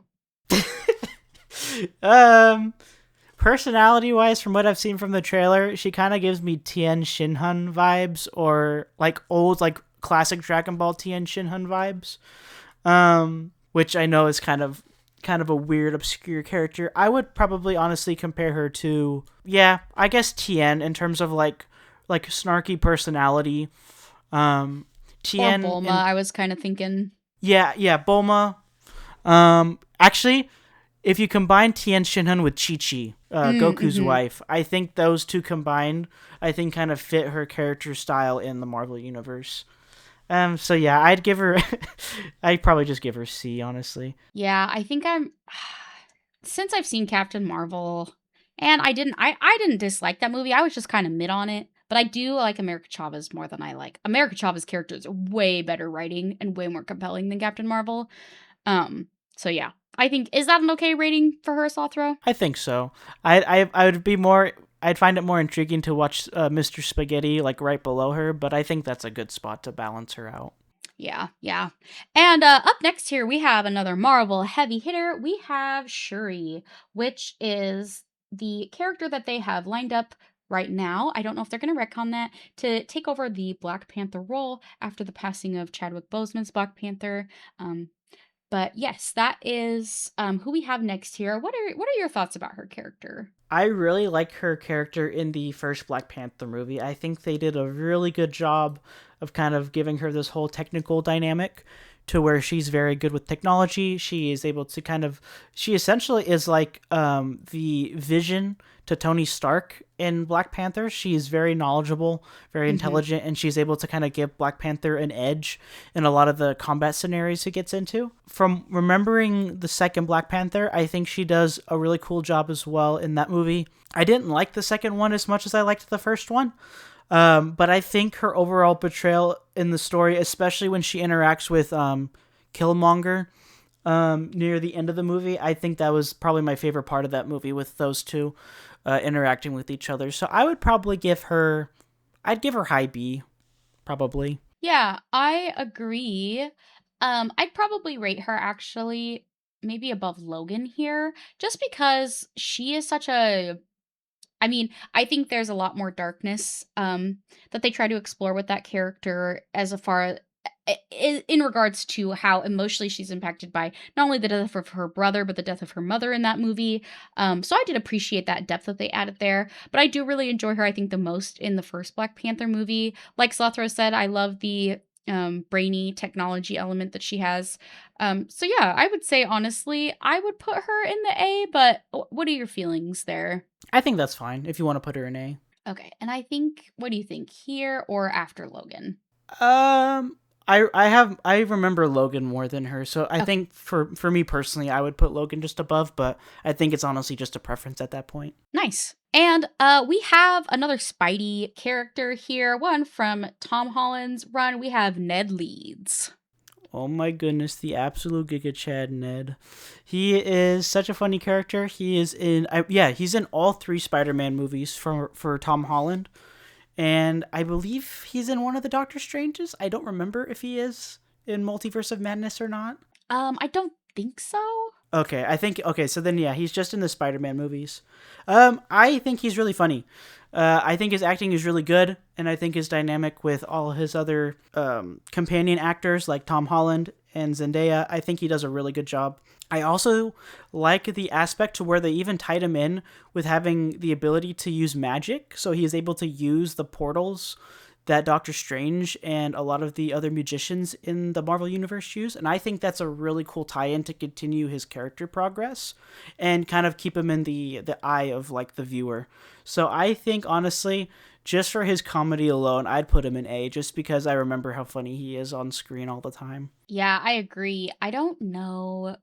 I think I'm just gonna stick him here for now because I don't know.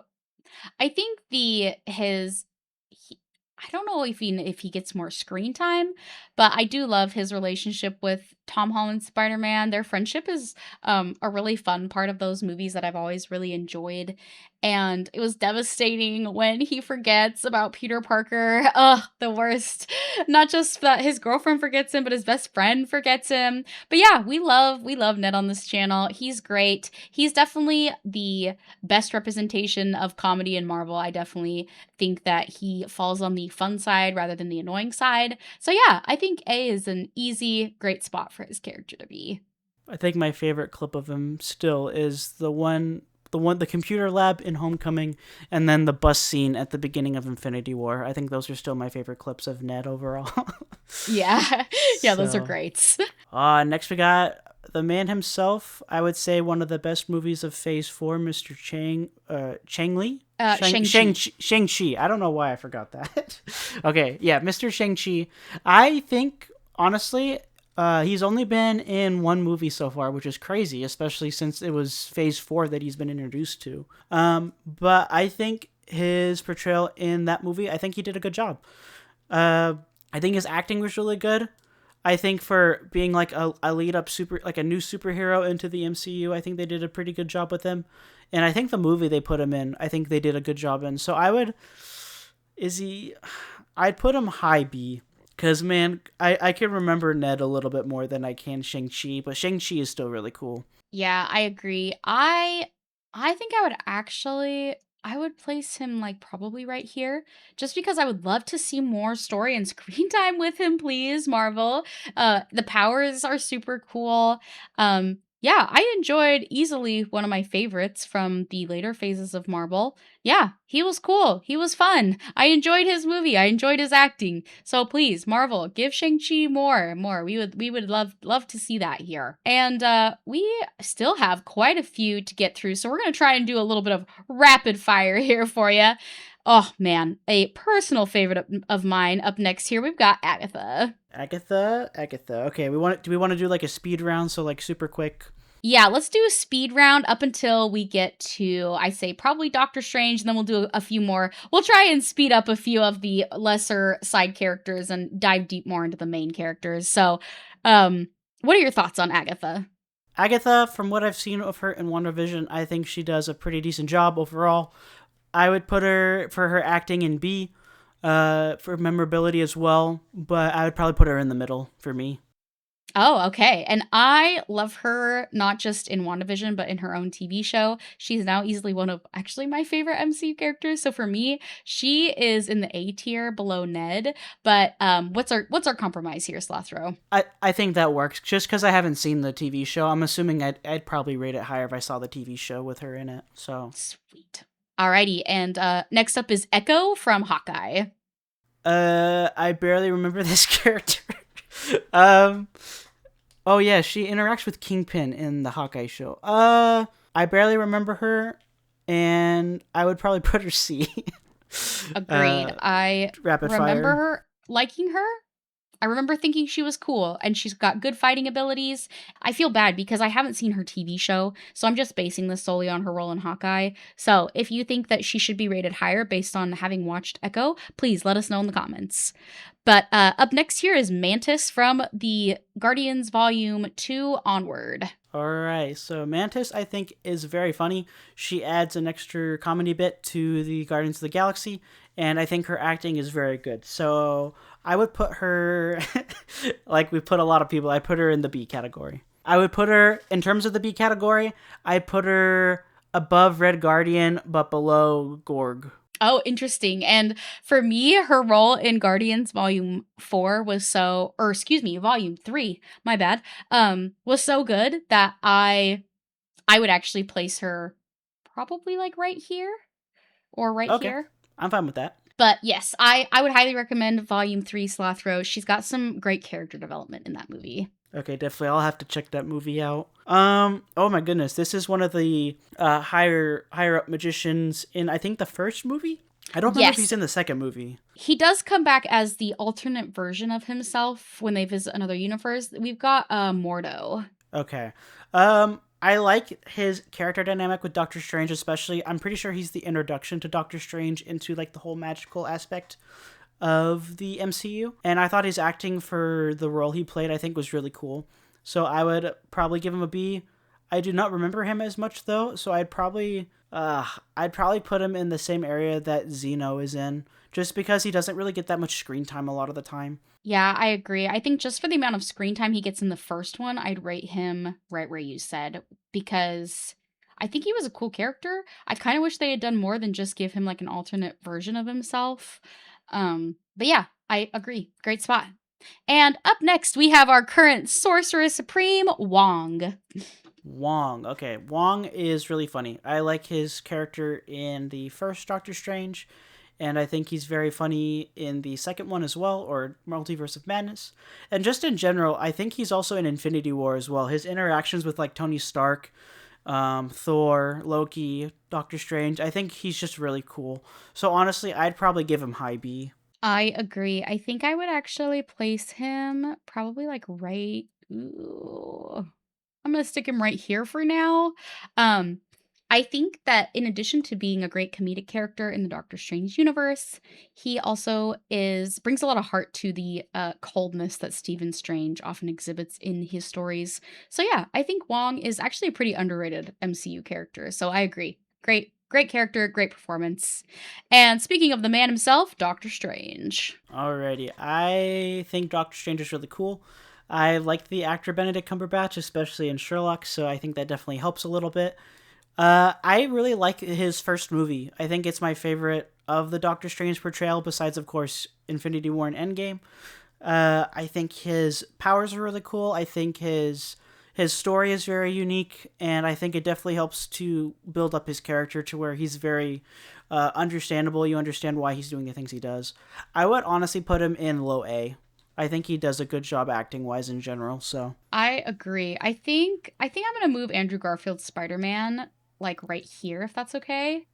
mhm. And I think I'm gonna put him probably like right here. Yeah, I Yeah. think that's good. Yeah, I think for me, Doctor Strange, I love the mind-bendy nature of the first movie, and I appreciated that they tried to go a horror route with the second Doctor Strange movie. I kind of wish it had been executed just a little bit better. I know it was PG-13, so there's that element of it too, but I appreciate the attempt, and it was mostly enjoyable for me.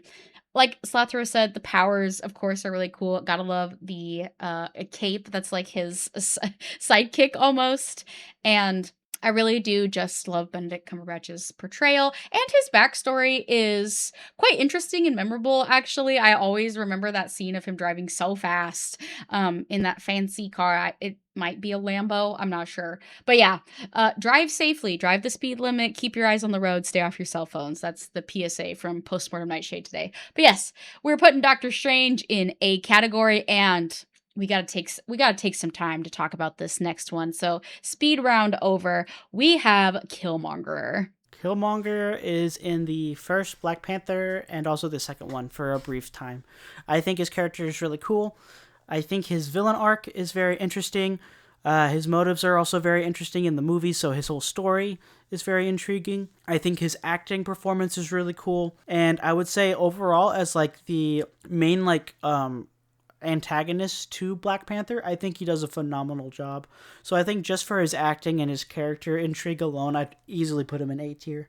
Interesting. For me, I would give him S tier, and as much as it pains me, I would actually put him above Doc Ock, just because I think his villain arc is so incredible, and him going up against Black Panther and the philosophical concepts and the debates they have, and he is like Thanos to me, where you can sympathize and understand him so well, and it creates such complexity and depth to Black Panther. I think that he's easily, they often say that a hero is only as great as their villain, often said when referred to about Batman, and I think that Michael B. Jordan's portrayal here is just S tier level, incredible work.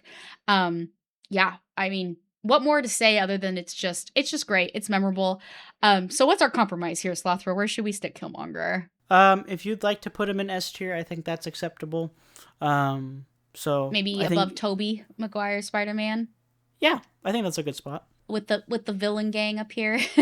I know. I'm starting to realize that. I think we have one hero in S tier right now. I think if it's not clear, we have a little bit of a preference towards the villain. So I don't know if that'll change anytime soon. But we got Hank Pym up next here, the OG Ant-Man. All right. So in Quantumania, I'm assuming he was probably a nothing burger. In Ant-Man and the Wasp, he was an absolute nothing burger. So I'm taking him from just the first Ant-Man movie. I think he's really interesting, especially being the prior Ant-Man to the main one that we get. I think his character's intriguing. I think his overall interactions and story arc is cool, at least in the first movie. Unfortunately, the next movie he becomes a moving piece of cardboard, and then I'm assuming he's a non-moving piece of cardboard in the third one. So I will give him, just for his first acting alone, I'd put him in B, but because the other movies kind of bog him down, I'd put him in like the middle of B probably. Yeah, honestly, I'd probably stick him like right here. Is that too low? No, I think that's fine. Because like in one movie and like he's a side character, I think he does a good job, but I don't think he's that high. Yeah, okay, maybe I'll stick him behind Zemo. Yeah, I agree. I think he's really great. Ant-Man 1, it's great. We've said that so many times. Check it out, please, because the following two are that is such a fast decline in quality. It kind of boggles my mind. But yeah, I'm sorry. I mean, he's the creator of the Ant-Man technology, but one movie does not a great MCU character make. And speaking of the man himself, Ant-Man. Oh boy. I think he's the one character in all of the Ant-Man movies that survives the absolute atrocity of that trilogy within the MCU, which is not saying much, unfortunately, but I think his portrayal in the first movie is really, really good. He's a very interesting character, and I like his dynamic with his daughter. I think he's a very unique character, especially up to that point in the MCU. In Ant-Man and the Wasp, he is, I don't even know, he's a glorified CGI guy that's just kind of there. He's basically just like a representation if you were to put the audience in the movie. That's kind of what they resign him to in the second movie, and it's just kind of it just kind of neuters his character. And then from what I've heard and seen in Quantumania, I think that just gets doubled. So I would put him also in B. I'd put him above Vulture and the guy above him. I forgot his name. Oh, the High Evolutionary. Yeah, High Evolutionary. I'd put him under Galactus, though. Interesting. I agree. B tier for me. I think that he does really good in the Avengers movies and the first Ant-Man. I don't know. My mind is just trying to still wrap around that, how they messed that up so bad for the next two. But yeah, I think that really bogs him down. But, judging more based off of Ant-Man and his appearance in Avengers, I would agree. I think I might stick him, though, maybe like right up here. I don't know. What do you think? Above Ultron or below Ultron? Above Ultron. I think he's Okay. definitely more memorable than Ultron. Upcoming here, we've got... Ooh, we still have quite a few people to get through. We have Vision. I love Vision. I think he's great. I think the performance is great. I love the greater depth exploration they get to do with him in WandaVision. I love the AI brought to life, but he's actually like interesting in 3D as a character, not just, physically, he's brought into the world to be a 3D person, but I mean more as like a character study. He's such a great character with a lot of depth that challenges different members of the Avengers on how they're thinking, and his relationship with Wanda is so sweet. I love it. So I would say, for me, Vision is A tier, but what do you think, Slothro? I think so. We're getting to those more of the big actors, so I definitely put him in A tier. I think I would actually stick him... Or B. High B or A, like low A. Maybe like right here? Yeah, I think that's good. For me, up to this point, we have so many more characters that I'll go a lot faster if that works. You can kind of do more descriptions on each character. I don't mind. Yeah, we'll do speed rounds for both of us. And yeah, we're gonna try and get through this here for you guys. We've got probably, I'd say, at least 15 left. So speed running here, we've got no pun intended, speed running for Quicksilver. Oh my goodness, that couldn't have been a better segment into there. Okay, this is the Marvel's equivalent of The Flash, if The Flash was Wally West, but not Wally West. So the very first season of Young Justice version of Speed. I think he's pretty cool. We don't get to see very much of him unless it's in Age of Ultron. His acting's all right. There's not very much to him, unfortunately. I'd probably put him, honestly, in low B or high C. Agreed. I would give him probably right here, if that's okay with you. Yep, that works for me. He just gets so little screen time that... yeah, it's hard to rank him any higher than that. I mean, I appreciate him for being Scarlet Witch's brother, but I just wish he got more time. Yeah, you literally see him for like 5 scenes, and 3 of them are talking, and one of them's him dying, and then the other one's him just running around. So I'm like, it is what it is at that point with him. It is what it is. So the next one's Nebula, which is oh my goodness, Gamora's sister. Boom, there we go. I'm remembering the names. It's coming back to me. She's actually really intriguing. She kind of did like an interesting aspect to where she kind of adapted with technology. And I think her character dynamic with a lot of the characters is really cool. AKA the funny meme we saw from Guardians 3 in the last video, which if you haven't, definitely check it out. I would put her in low A for me. I think her acting for Nebula is really, really good. Yeah, I agree. I would actually stick her probably next to Vision, if that works, above the Silver Surfer, I think. Yep. Yeah. Her performance is really, really good. I would definitely put her there. Yeah, and her depth that she gets in, they really did a great job giving a lot of depth and fleshing out these characters in Guardians Volume 3. I think that's a lot has to do with James Gunn's direction, so I really appreciate that. And yeah, I think also Nebula looks really cool. I've also thought it'd be so fun to cosplay her. I just love her look. I just love it. And up next here, I think for me an easy S tier. I'm not sure about Slothro, Black Panther. Black Panther's pretty dope. I like his acting. His character's cool. His actions are really cool. And I think his character throughout the whole of Black Panther and Civil War, I think he just does a really good job. So I would put him in S tier. Agreed. Let me. I gotta. I think I would stick him probably like right here. Yeah, I think that works for me. I like that spot. Perfect. And he's our second hero finally, so we have some heroes in the S tier category. Thank goodness we're evening it. Oh my goodness, I can't speak. We're evening it out a little bit. I forgot her name. She is. It's coming to me. The Ancient One. Ancient One. Okay, that name is so generic. It kind of is hard to remember that name. So the Ancient One. She's cool for when you see her. I think you see her in both the Doctor Stranges.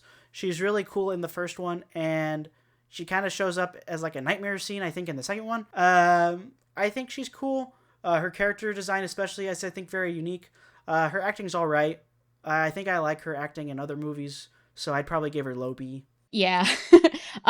She does not get a lot of screen time. I rewatched Doctor Strange in the Multiverse of Madness recently. She's actually not in there at all. She really is only in Endgame and the first Doctor Strange movie. But I do like her in both of those movies. So, she's interesting and intriguing, and she gets Doctor Strange going on his journey. So, I would probably put her below Ant-Man, or maybe below Ultron. What do you think about that, Saltero? I would say below Ultron, just because she's kind of like a character to drive the plot forward, while Ultron's more of like a main kind of staying role. So I think for that alone, I think she kind of fits more into there. Yeah, and she might even be like by these characters. Yeah, I think right there is pretty good. Okay, let me see. This is okay. You're gonna have to tell me who that is. Sorry, we were trying to zoom out the screen so you guys could see. I feel like this podcast has been one of the most chaotic energy episodes we've had. So I love it though. I think it's hilarious. I can tell with some of them. That is the Wasp? Okay. Well, that one's easy. I think the Wasp is horrible. No. Every appearance that she's had up to this point has been nothing burger. I think her only best appearance has been in the first Ant-Man movie, so I think that's her best portrayal, and then her brief moment to shine in the Endgame. I think she does a good job in. But man, she is probably her writing is one of the big botches of the Ant-Man trilogy. So I would probably give her low B. Yeah, I'm going to have to agree. I think she probably, as far as writing goes, even is below Kate Bishop, which I feel like is quite an accomplishment. I'd almost even put her in I'd almost put her in C, man, at this point, just thinking about it. Right? I mean, she has so much screen time. I don't know how you mess it up that bad. but okay. But the writers at Marvel, I don't know what was happening, but another Ant-Man character bites the dust. And up next, we have one of my favorites from Guardians that sadly passed. They kill off his character and it hurts, but we've got Yondu. Yondu is basically the Ned of the Guardians of the Galaxy. I think he is Yes. funny. His powers are cool. He's such an interesting character, especially for our main boy, Chris Pratt. I can't believe I forgot his name in Star-Lord. Oh Star-Lord. my gosh, I am tripping right now. Okay, so I think his like adopted father dynamic story arc is very good in Guardians. So I would give he's easily high A, I think, for me. He's a really he does a good job. I'd honestly I'd put him above the Thing. I think he's just so memorable when you see him on screen. Yeah, I honestly feel exactly the same way. I mean, he's such a unexpected emotional heart, especially in Volume 2, which is definitely not a great Guardians movie, but like his performance and his writing in there is actually really great. I think it's maybe the best part of that movie. Like Sothro said, the whistle that he's got, his little dart thing, is super cool. And yeah, the performance is just great. I just love him. He melts my heart. But yeah, love Yondu. Great spot for him. And up next here, we have got Tom Holland's Spider-Man. Alrighty, so this is the up and coming of the big three that we've seen. He's got his own movies. He's in a lot of the Avengers movies. I think he honestly does a very good take on modern Spider-Man. I think for a new audience, I think he definitely does a good job. Acting-wise, I definitely think he's probably one of the strongest characters in the MCU right now. Just in general. So I would definitely put him high A. I would even say he almost crawls into S tier, which is kind of crazy because I think Tobey Maguire is still the best of the three, but I think Tom Holland for this new generation, I think he did a really good job. Yeah, I think I'm gonna have to agree. I think I might bump him up right here. I think he's really doing a great job carrying Spider-Man for this new generation. I really like him. I think, like I said, his chemistry, not just with the Zendaya's character, but with the Ned character, is really great. So yeah, I love him as Spider-Man. I think he does a really good job being a more heart-centered character, bringing that to Tony Stark. So yeah, great spot. I agree. We're getting more heroes up there in the S tier. That's what we need. And we kind of just picked a random picture, Groot at any phase. Okay, so Groot, honestly, Groot has kind of had a roller coaster ride with me. I really like him in the first Guardians of the Galaxy, which is unfortunately one of the only ones I've seen. I also know he becomes Baby Groot, which was a big merchandise seller, which honestly I think that was probably the main point of Baby Groot. And then he is kind of, I think he has like a whole like character development though up through the Infinity War Endgame and then leading into Guardians of the Galaxy 3, which I think is really cool. So I would put Groot at B. I'd put him at, honestly though, it's kind of sad, I'd probably put him at middle B. So I'd put him above Gorg and Red Guardian, but below Mantis probably. Yeah, I feel like Groot is like a great heart to the Guardians, but he doesn't get a lot of like writing development beyond being like saying I am Groot and having the other characters interpret what he's saying.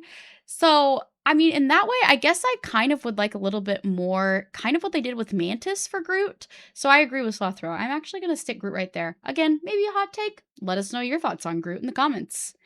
And up next here, I think this might be our last Guardian. Oh, nope, we got Gamora down there. Never mind. Second to last Guardians character, we have Star-Lord. All right, the big star himself. I think he is a very good character. Obviously, he's one of the main leads.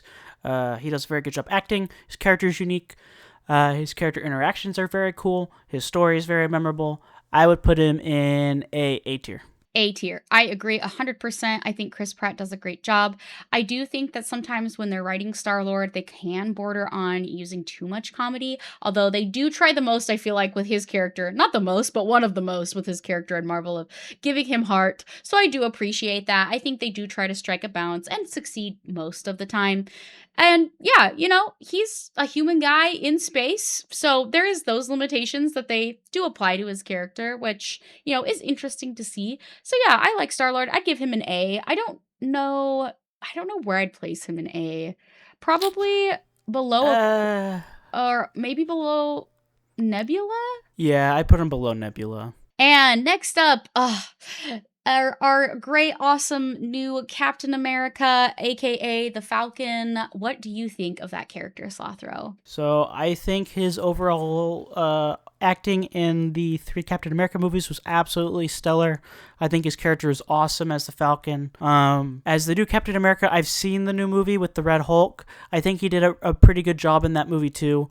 I just wish the writing was a little bit more fleshed out in that movie, but I think overall, definitely incorporating his acting as the Falcon, I'd either put him in high B or low A.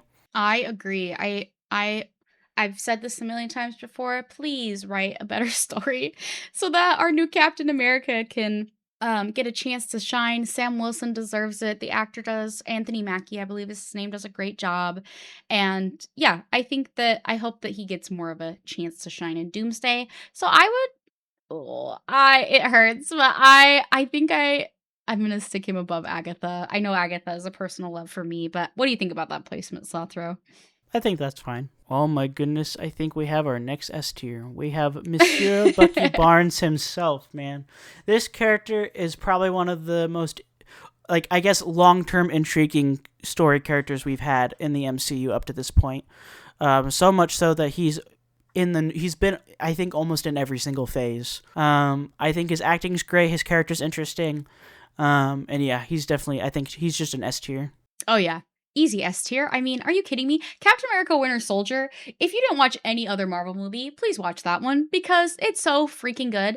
And Bucky's arc throughout all of the phases, like Slothro said, is S tier. His character's S tier. The look is S tier. The emotional writing in depth is S tier. We love Bucky on this channel, so S tier. Do you agree or are you okay with that placement of him in the S tier, Slothro? Yep, I think that works for me. Perfect. And up next, we have Steve Rogers' love interest. I believe her name is Peggy Carter. Oh boy, I barely remember that. I'm so glad you told me that name because I would not have remembered her at all. I know her role, but I don't remember her name. So okay, that's good. I think her acting is good. Got some British action going on in the MCU, which I think is cool. I think she's a good character. I don't remember much about her though, because she's kind of just like she's a side character, but I think for what she has to do in the MCU, I think she does a good job. So I'd probably give her probably low B just because you barely see her. Yeah, I would say maybe like by Groot. I would like to see some more development there, but I think what she does do for the story is good. Emotional heart there. Because I think you see her the most in the first Cap movie, and I think that's about it. Yeah, and she is the alternate version in Doctor Strange Multiverse of Madness. She's actually Captain America in that universe. Oh, yeah. But doesn't she dies with all the other ones in that movie, right? Yeah, she does, unfortunately. Okay. Because I was trying to remember. I think I remember her in that movie. Yes, and she does appear a little bit in Endgame and Infinity War, but she definitely doesn't get that much screen time in either of those movies either. Okay. Okay, I'm trying to see. Is that the villain guy in... You're going to have to tell me who that is. That's Eric Selvig, who's actually part of Jane Foster's team in the Thor movies. Oh my gosh, I cannot. Can you describe him to me? I am having the hardest time remembering this guy. He's the guy that doesn't wear any pants in the Thor movies for some reason. Oh, he's all right. Yeah, I think it's bad that you don't even remember. Yeah, I think that probably gives you a good enough. Because I was like, who's that guy? Kind of gives me the same energy as in Thor Ragnarok, where he's like, behold my stuff. So that's kind of the same energy I'm getting with this. Is you show me this guy, and I'm like, I have no idea who he is. So I'd probably put him in C tier. Yeah, I honestly remember him less than Echo, and he's way less cool than Echo. So I think, sorry, buddy, you're at bottom of C tier. Hey, but at least he can find some pants down there. I don't know. Please find some pants. And the other member of Jane Foster's science squad, we have Darcy Lewis. All right, so we have the actually emoji in the MCU. So she overall, I think I like her in Thor: The Dark World. I think she's very interesting in other Marvel properties. You don't see her too much. You see her every once in a while. I think she's a good actress. I think her character is unique. You don't get very much of it, though. So for me, every time I remember her, all I remember her is the nerd emoji. So I'd probably honestly, sadly, put her in high C, probably. Yeah, honestly, I was thinking below Echo. Oh, yeah, no. Okay, go for it then. You see her like 2 times, and the times you see her, she's like, I'm actually. So I think. Yeah. Yeah, her character is just kind of an archetype rather than like a fleshed out character. So I think that's the reason I would place her that low. I just don't. She's just in the corner, you know? Yeah. Is that the lady from the Moon Knight TV show? No, she's also from oh goodness. She is also from Thor. That's Lady Sif. Oh, the one lady. Okay, I think I know who you're talking about. The one who kicks Loki in the nuts like 15 times. She's a character. I barely remember her. All I remember is she's kind of like, if you guys know like character arcs in Japan, there's a character arc called a tsundere. I kind of get that energy from this character. She's very feisty, but she has a big heart, but you usually see more of the feisty side most of the time. I barely remember her other than her like kicking Loki in the nuts. So I would say low C. I agree. I remember her less than Echo. So are you okay putting her there? But I remember her more than Darcy. Yes, either low C or high D, but I think low C is probably the best for her. I also agree. I think she's got about as much emotional dimension to her as Captain Marvel, which I'm not really sure why we keep doing that. But hey, I guess it takes a lot of characters to make the MCU go round. So there you go. You got your strong female character with not a lot of writing depth. So I think the most screen time she has is freaking kicking Loki in the nuts, isn't it? I feel like that's like the most screen time. Or fighting. Yeah, there's fighting. Yeah, okay, fighting and kicking Loki in the nuts. That's the most you see of this character. Okay, who on earth am I looking at here? Tony Stark's dad. Okay, I barely remember him. What's his name? Howard Stark. Okay, we got Monsieur Howard. He's a character. I barely remember him. I think I remember seeing him in The Winter Soldier and a little bit in the Iron Man movies. And Endgame. When they go back in time. Yeah, Endgame. Oh, yeah. And Endgame. He's all right. He's a scientist guy, you know. Basically the guy version of the actually emoji. But from like the 50s or whatever time period. Was it 50s, 60s? Yeah, it's around it. No, it would be World War II. So that's the 40s. Oh, 40s? Okay, yeah. So around 40s era scientist, actually nerd emoji guy. So I put him in C. Yeah, I remember him less than Echo. Yep, that's what I'm saying. I think he's going right above Lady Sif. Lucky you, buddy. Oh, really? I put him below Lady Sif because at least with her, I remember she kicks Loki in the nuts. That's about as much as I remember. The problem is I remember him for making Captain America's shield. Oh, okay, fine. Yes. Okay, so that's his best part. That's his best part portrayal is in the first Captain America movie. Okay. Who on earth am I looking at? Another. I feel like this is a game of Slothro guessing the image. We've got Heimdall from Thor. Oh, that's the guy with the sword, right? Yep. Okay, yeah, that guy's really cool. I like his acting performance. I think his powers are cool, and his motives I think are really unique. He basically is like he's for the people in that show, in like the whole MCU for Asgard, and I think for like what he does, he's like a really cool warrior. So I would put him high B. Yeah, I agree. I actually think I would put him at the top of the B category. Yes, he's got definitely a great look. Idris Elba does a great performance. His powers are super cool. He actually gets to do quite a lot over the MCU throughout all the Thor movies. And then a tragic death. I felt that one at the beginning of Infinity War when Thanos' group takes him out is so sad. But yeah, like Slothro said, he is really a champion for the people. He is a great counselor for Thor. So yeah, I think easily the top of the B category is a great spot for him. And we've got the man, the myth, the legend, Captain America, aka the original version of this for the MCU. We have Steve Rogers. Alrighty, my boy. I think just for Winter Soldier alone, I think my boy goes up in S tier. I think Chris Evans does a good job portraying Captain America in all of the MCU up to this point where we've seen him. His character's interesting. I think he has a lot of character depth, which is explored a lot. And I think overall he's just a really fun character to watch on screen.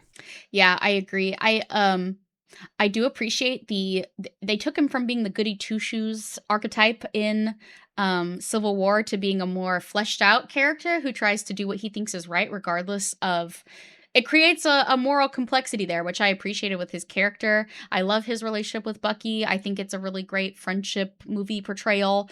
Obviously, he actually gets some more funny lines, like "That's America's ass." Love that line. So he does get some more funny lines in the later movies, and yeah, I mean, he's just a really great, solid pillar of the MCU. And I think Bucky's a little bit cooler, but should I put him above Bucky, Slothro? No, I think Bucky's cooler. I'm sorry. I'm sorry, Okay. Captain America peoples. I think Bucky is just above Cap. Well, Cap's pretty close. Okay, next we got the wrestler man himself, Mr. Drax. Um, I like him the most in the first Guardians of the Galaxy. I think he's really funny. And I like his whole redemption arc in the first movie, especially when he's trying to come to terms with losing his family. And basically finding a new one that helps him kind of grow and develop. And I think his acting overall as Drax is really good. He kind of plays more into a comedic role later in the series, which is kind of unfortunate because that kind of makes him kind of like, I don't know, One less than, dimensional. yeah, very much like Gorg in a way, which is kind of crazy from going from a main character in the first movie to a Gorg side character.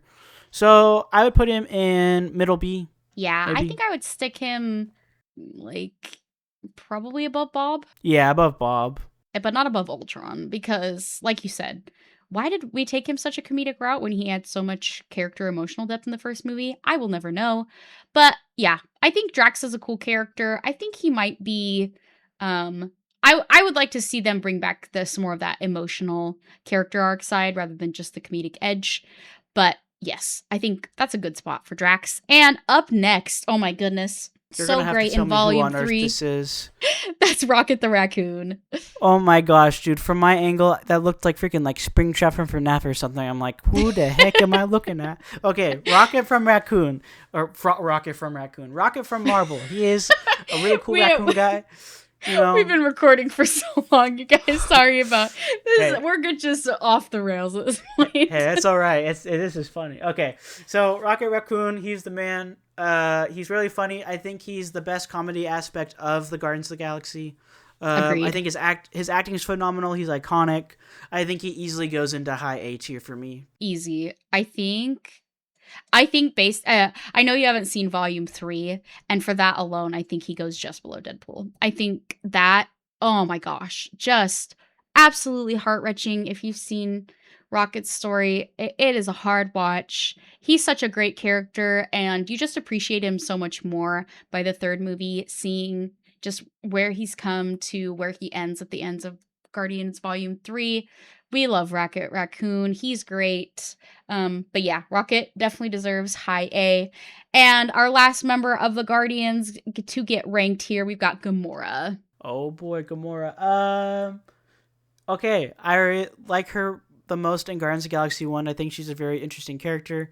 It's so sad when we see her die in Infinity War. Sorry, spoiler alert. And then we get a very aggro version of her for the rest of what I remember in Endgame. So I think for her acting overall, I think she does a really, really good job. So I'd put her in high B. Interesting. I would actually stick her in the middle of A just because her relationship with Thanos that we see in Infinity War is so well played. Oh. So much emotional depth there. Yeah, I forgot about that. So where should we compromise on that with her? You can put her low A. I think Okay. that's fine. I think she deserves to go like right here. Yeah, I think that works. Perfect. Let us know. Do you think Gamora should go higher? I know that emotional core that we see with Star-Lord losing her and her relationship with Thanos and Nebula, I do really enjoy that stuff. So let us know in the comments. Should she have gone higher? But I'm sure Slothro can barely see who that is. We've got another Thor character. We've got Frigga. Okay, when you said Frigga, I thought it was like a Victorian lady with like a hat on. And I was like, who is that? Okay, so that's the mother of Thor, right? Yes, and Loki. Okay, and Loki. Okay, I really like her. Actually, I think she's probably one of the best characters in the least favorite Thor movie, The Dark World. I think she low-key carries like the scene she's in. I think she's a very Loki. good. Yeah, Loki. She low-key, yes. Loki is. She carries the scene she's in pretty good. I think she's very unique. I think she serves a really cool role in being in Asgard and being the queen and stuff. Uh, I don't remember much about her, but I remember she's cool, so I'd put her in like low A or low B. I mean, not A. Yeah, I would honestly stick her. Her emotional ability with both Thor and Loki is so great. And even though she doesn't get a lot of screen time, I remember her so well. Her costumes are great, the performance is great. Her motherly warmth that she brings is just I love it. So honestly, I would probably stick her like right below Drax if that's or should she go Yeah, lower? I put her a little lower, but I think that's fine. You can put her there. Okay. Let's go ahead and put her then. What do you think about like right here? Yeah, that's fine. Okay. Okay, now we got big money, big man with the lightning hammer, my homie, Monsieur Thor. Uh, Thor is cool. I like him in all of his movie portrays. I like him in the Avengers a lot. I like him especially. I think my favorite parts of him are in Thor Ragnarok and of course Infinity War and Endgame. I think they portray him really cool in those movies. He definitely has some interesting character arcs in the later phases, which I think kind of bog him down a little bit. But I think overall he's a very cool character, so I'd easily put him in A tier. I'd probably put him in the middle of A though. Yeah, I think I would stick him actually below Yondu. Yeah, I think that works. That's accurate. I think that I really yeah, I think that works. I enjoy Thor. I think his most compelling part I like when he falls to earth. I like that character growth there. I like his relationship with Jane is interesting. I like that he his fight with his sister in Ragnarok and of course the devastating blow or I guess non-devastating blow to Thanos' head, which inevitably allows him to snap half the universe away. Yeah, great emotional stuff there in an Infinity War and Endgame, but that's true for basically every character in that movie. So yeah, there is Thor. We've got him in A tier, and up next we have the man, the myth, the legend himself, Nick Fury. I think in almost every property he's in an MCU, he's an absolute banger. I think he's cool. His character's unique. He's very smart. He's a vibe, you know. He does the stuff. He helps keep the homies together, and I think overall he is a really cool character. So I'd easily put him in A tier. I agree. I think I would actually stick him probably like right here. Oh, sorry, right here, just for Yeah, coolness factor alone. yeah. He farms aura basically. I think through most of the stuff he's in. So I think he does a good job. Yeah, Samuel L. Jackson's portrayal of Nick Fury is, I think, going to go down in history as he is a side character that does so much in the background to keep everybody together and things going smoothly that, yeah, I mean, just a great character, super memorable. Love Nick Fury. And next up, the god of mischief himself, Loki. All right, my homie Loki. He is pretty dope. His weakest is, but his most like iconic compared to the comics is the first Thor movie. But I really love the character dynamic and the character growth that he goes throughout the MCU. He's definitely one of the ones that has received the most care when it comes to the story. So I think for that alone, he's definitely a high A tier character. Yeah, I would even argue S tier just for how memorable Loki is, how beloved he was after the first Avengers movie, and just how Tom Hiddleston has carried that character through so much screen time, and especially just still playing it so strong in through the Loki season. So honestly, I would argue S tier, maybe low S tier. What do you think? Yeah, low S tier can work. I think he does a good job. Yeah, I think just as far as also like getting people invested in the MCU, I think Loki actually had a very big part in that early on. And I think they just, he just does a great job in everything you see him in. And he's always such a treat on screen. All right, I see like 4 different people. I'm assuming these are all Black Widow. Actually, we have Odin up here before Black Widow. Oh, my bad. Okay, they're all tiny, and I'm like, 3 of them look like Black Widow. Okay, Odin, he's got some Lord of the Rings dialogue in the first Thor movie. He's kind of got some like grandpa energy. He's like Yoda levitating the X-wing, but for Thor, levitating his hammer and throwing him to Earth at like Mach 10 speed or speed of light. I think Odin's all right. I'd give him like low B, maybe high C. Wow, Yeah. I really genuinely could not have put that better myself. I think that I would put him, I agree, low B, maybe like by Hank Pym as far as like influence, Yeah, his parenting style is like, my son, I throw you down to Earth, and he's just like he just He drop just kicks yeets his him, son. dude. His parenting style needs a little work. And then in like But Thor Ragnarok, he's just sitting on a rock. He's like, man, life was something. And I'm like, life was something. life was something, and then just pieces out. It's like that one meme where the guy just disappears, pieces out. So yeah, yeah, great stuff here. All right, guys, we're in the home stretch. We're just speed running to the end. We have got Black Widow. All right, Black Widow. I think she's really good in the beginning to middle part. I think she peaks at the Infinity War and Endgame portions of, well, yes, she is an Endgame, I forgot. Yeah. So she's really good in Infinity War and Endgame. Unfortunately, she kind of falls flat after that because I think her last appearance was the Black Widow movie, which I think was just writing was just the biggest problem there. I think for her, she is high B. Yeah, I would have to agree. I think that her strongest parts again are Winter Soldier and her sacrifice in Endgame, which I think honestly she was kind of a symptom of like a superhero problem we see with like these sexy female characters that aren't really given a lot of writing until like honestly it felt a little too late. Well, too little too late for Black Widow. They just kind of used her for sex appeal, which is it sucks because I know that people love her character in the comics. But Scarlett Johansson, with what she's given, she excels, does a great job. Memorable, I would say. Yeah. What do you think? Uh, um, like, Uh, above Valkyrie, yeah, below yeah. Valkyrie, below Shang-Chi. No, above Shang-Chi, but below Valkyrie. No, no, you can put her above Valkyrie. It doesn't matter to me. I Okay, think right there is fine then. Okay, yeah. Honestly, I think I do like Valkyrie a little better, which is weird because she has way less screen time. But I think we have made it to the last few. Okay, the man himself that has carried the MCU, Iron Man, aka Tony Stank.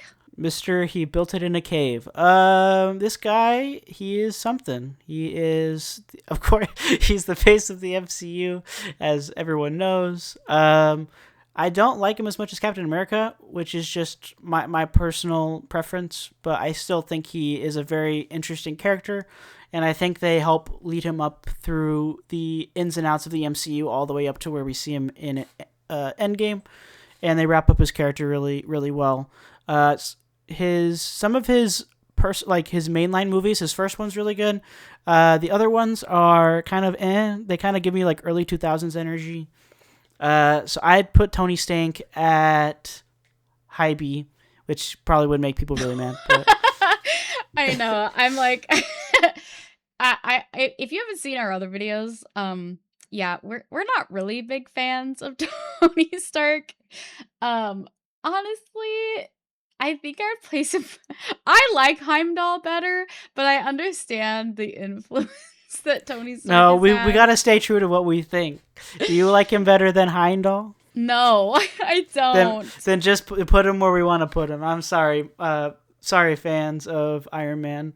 He is a cool character. I like his character design, and he's intriguing, especially by the end of Endgame. But man, he's just not my character, you know. Yeah. Agreed. And up next, we actually have a character that I like better than Tony Stank is War Machine.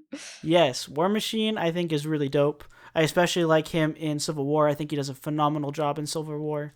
For sure. I would put him he's definitely higher than Tony Stank. I don't know. So if he gets below Heimdall. yes, actually perfect because I think Heimdall. I like Heimdall a lot. Okay, Happy. Bruno Mars song. He is. That's not a Bruno Mars song. Is it not Bruno Mars? Who sings the Happy song? Hold on, it's not Bruno Mars. Let me look it up. Oh, I thought that was Bruno Mars. That's my bad. Sorry, Bruno Mars. My bad. Let's see. Happy is sung by. It's probably the Pharrell most Williams. All right, my bad. Happy is the Pharrell Williams of the MCU. He's a character. I like how it's very interesting how they can take the assistant to Tony Stank and I guess magnify him into his own thing. And he makes Star Wars movies now, so that's something. But in the MCU,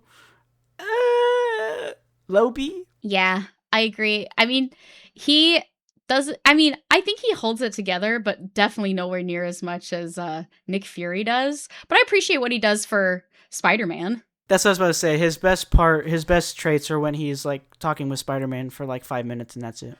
So Yeah, I think I'm gonna stick him like right here, above Hank Pym and Odin, the best dads ever. oh my goodness. Okay. Okay, Phil Coulson.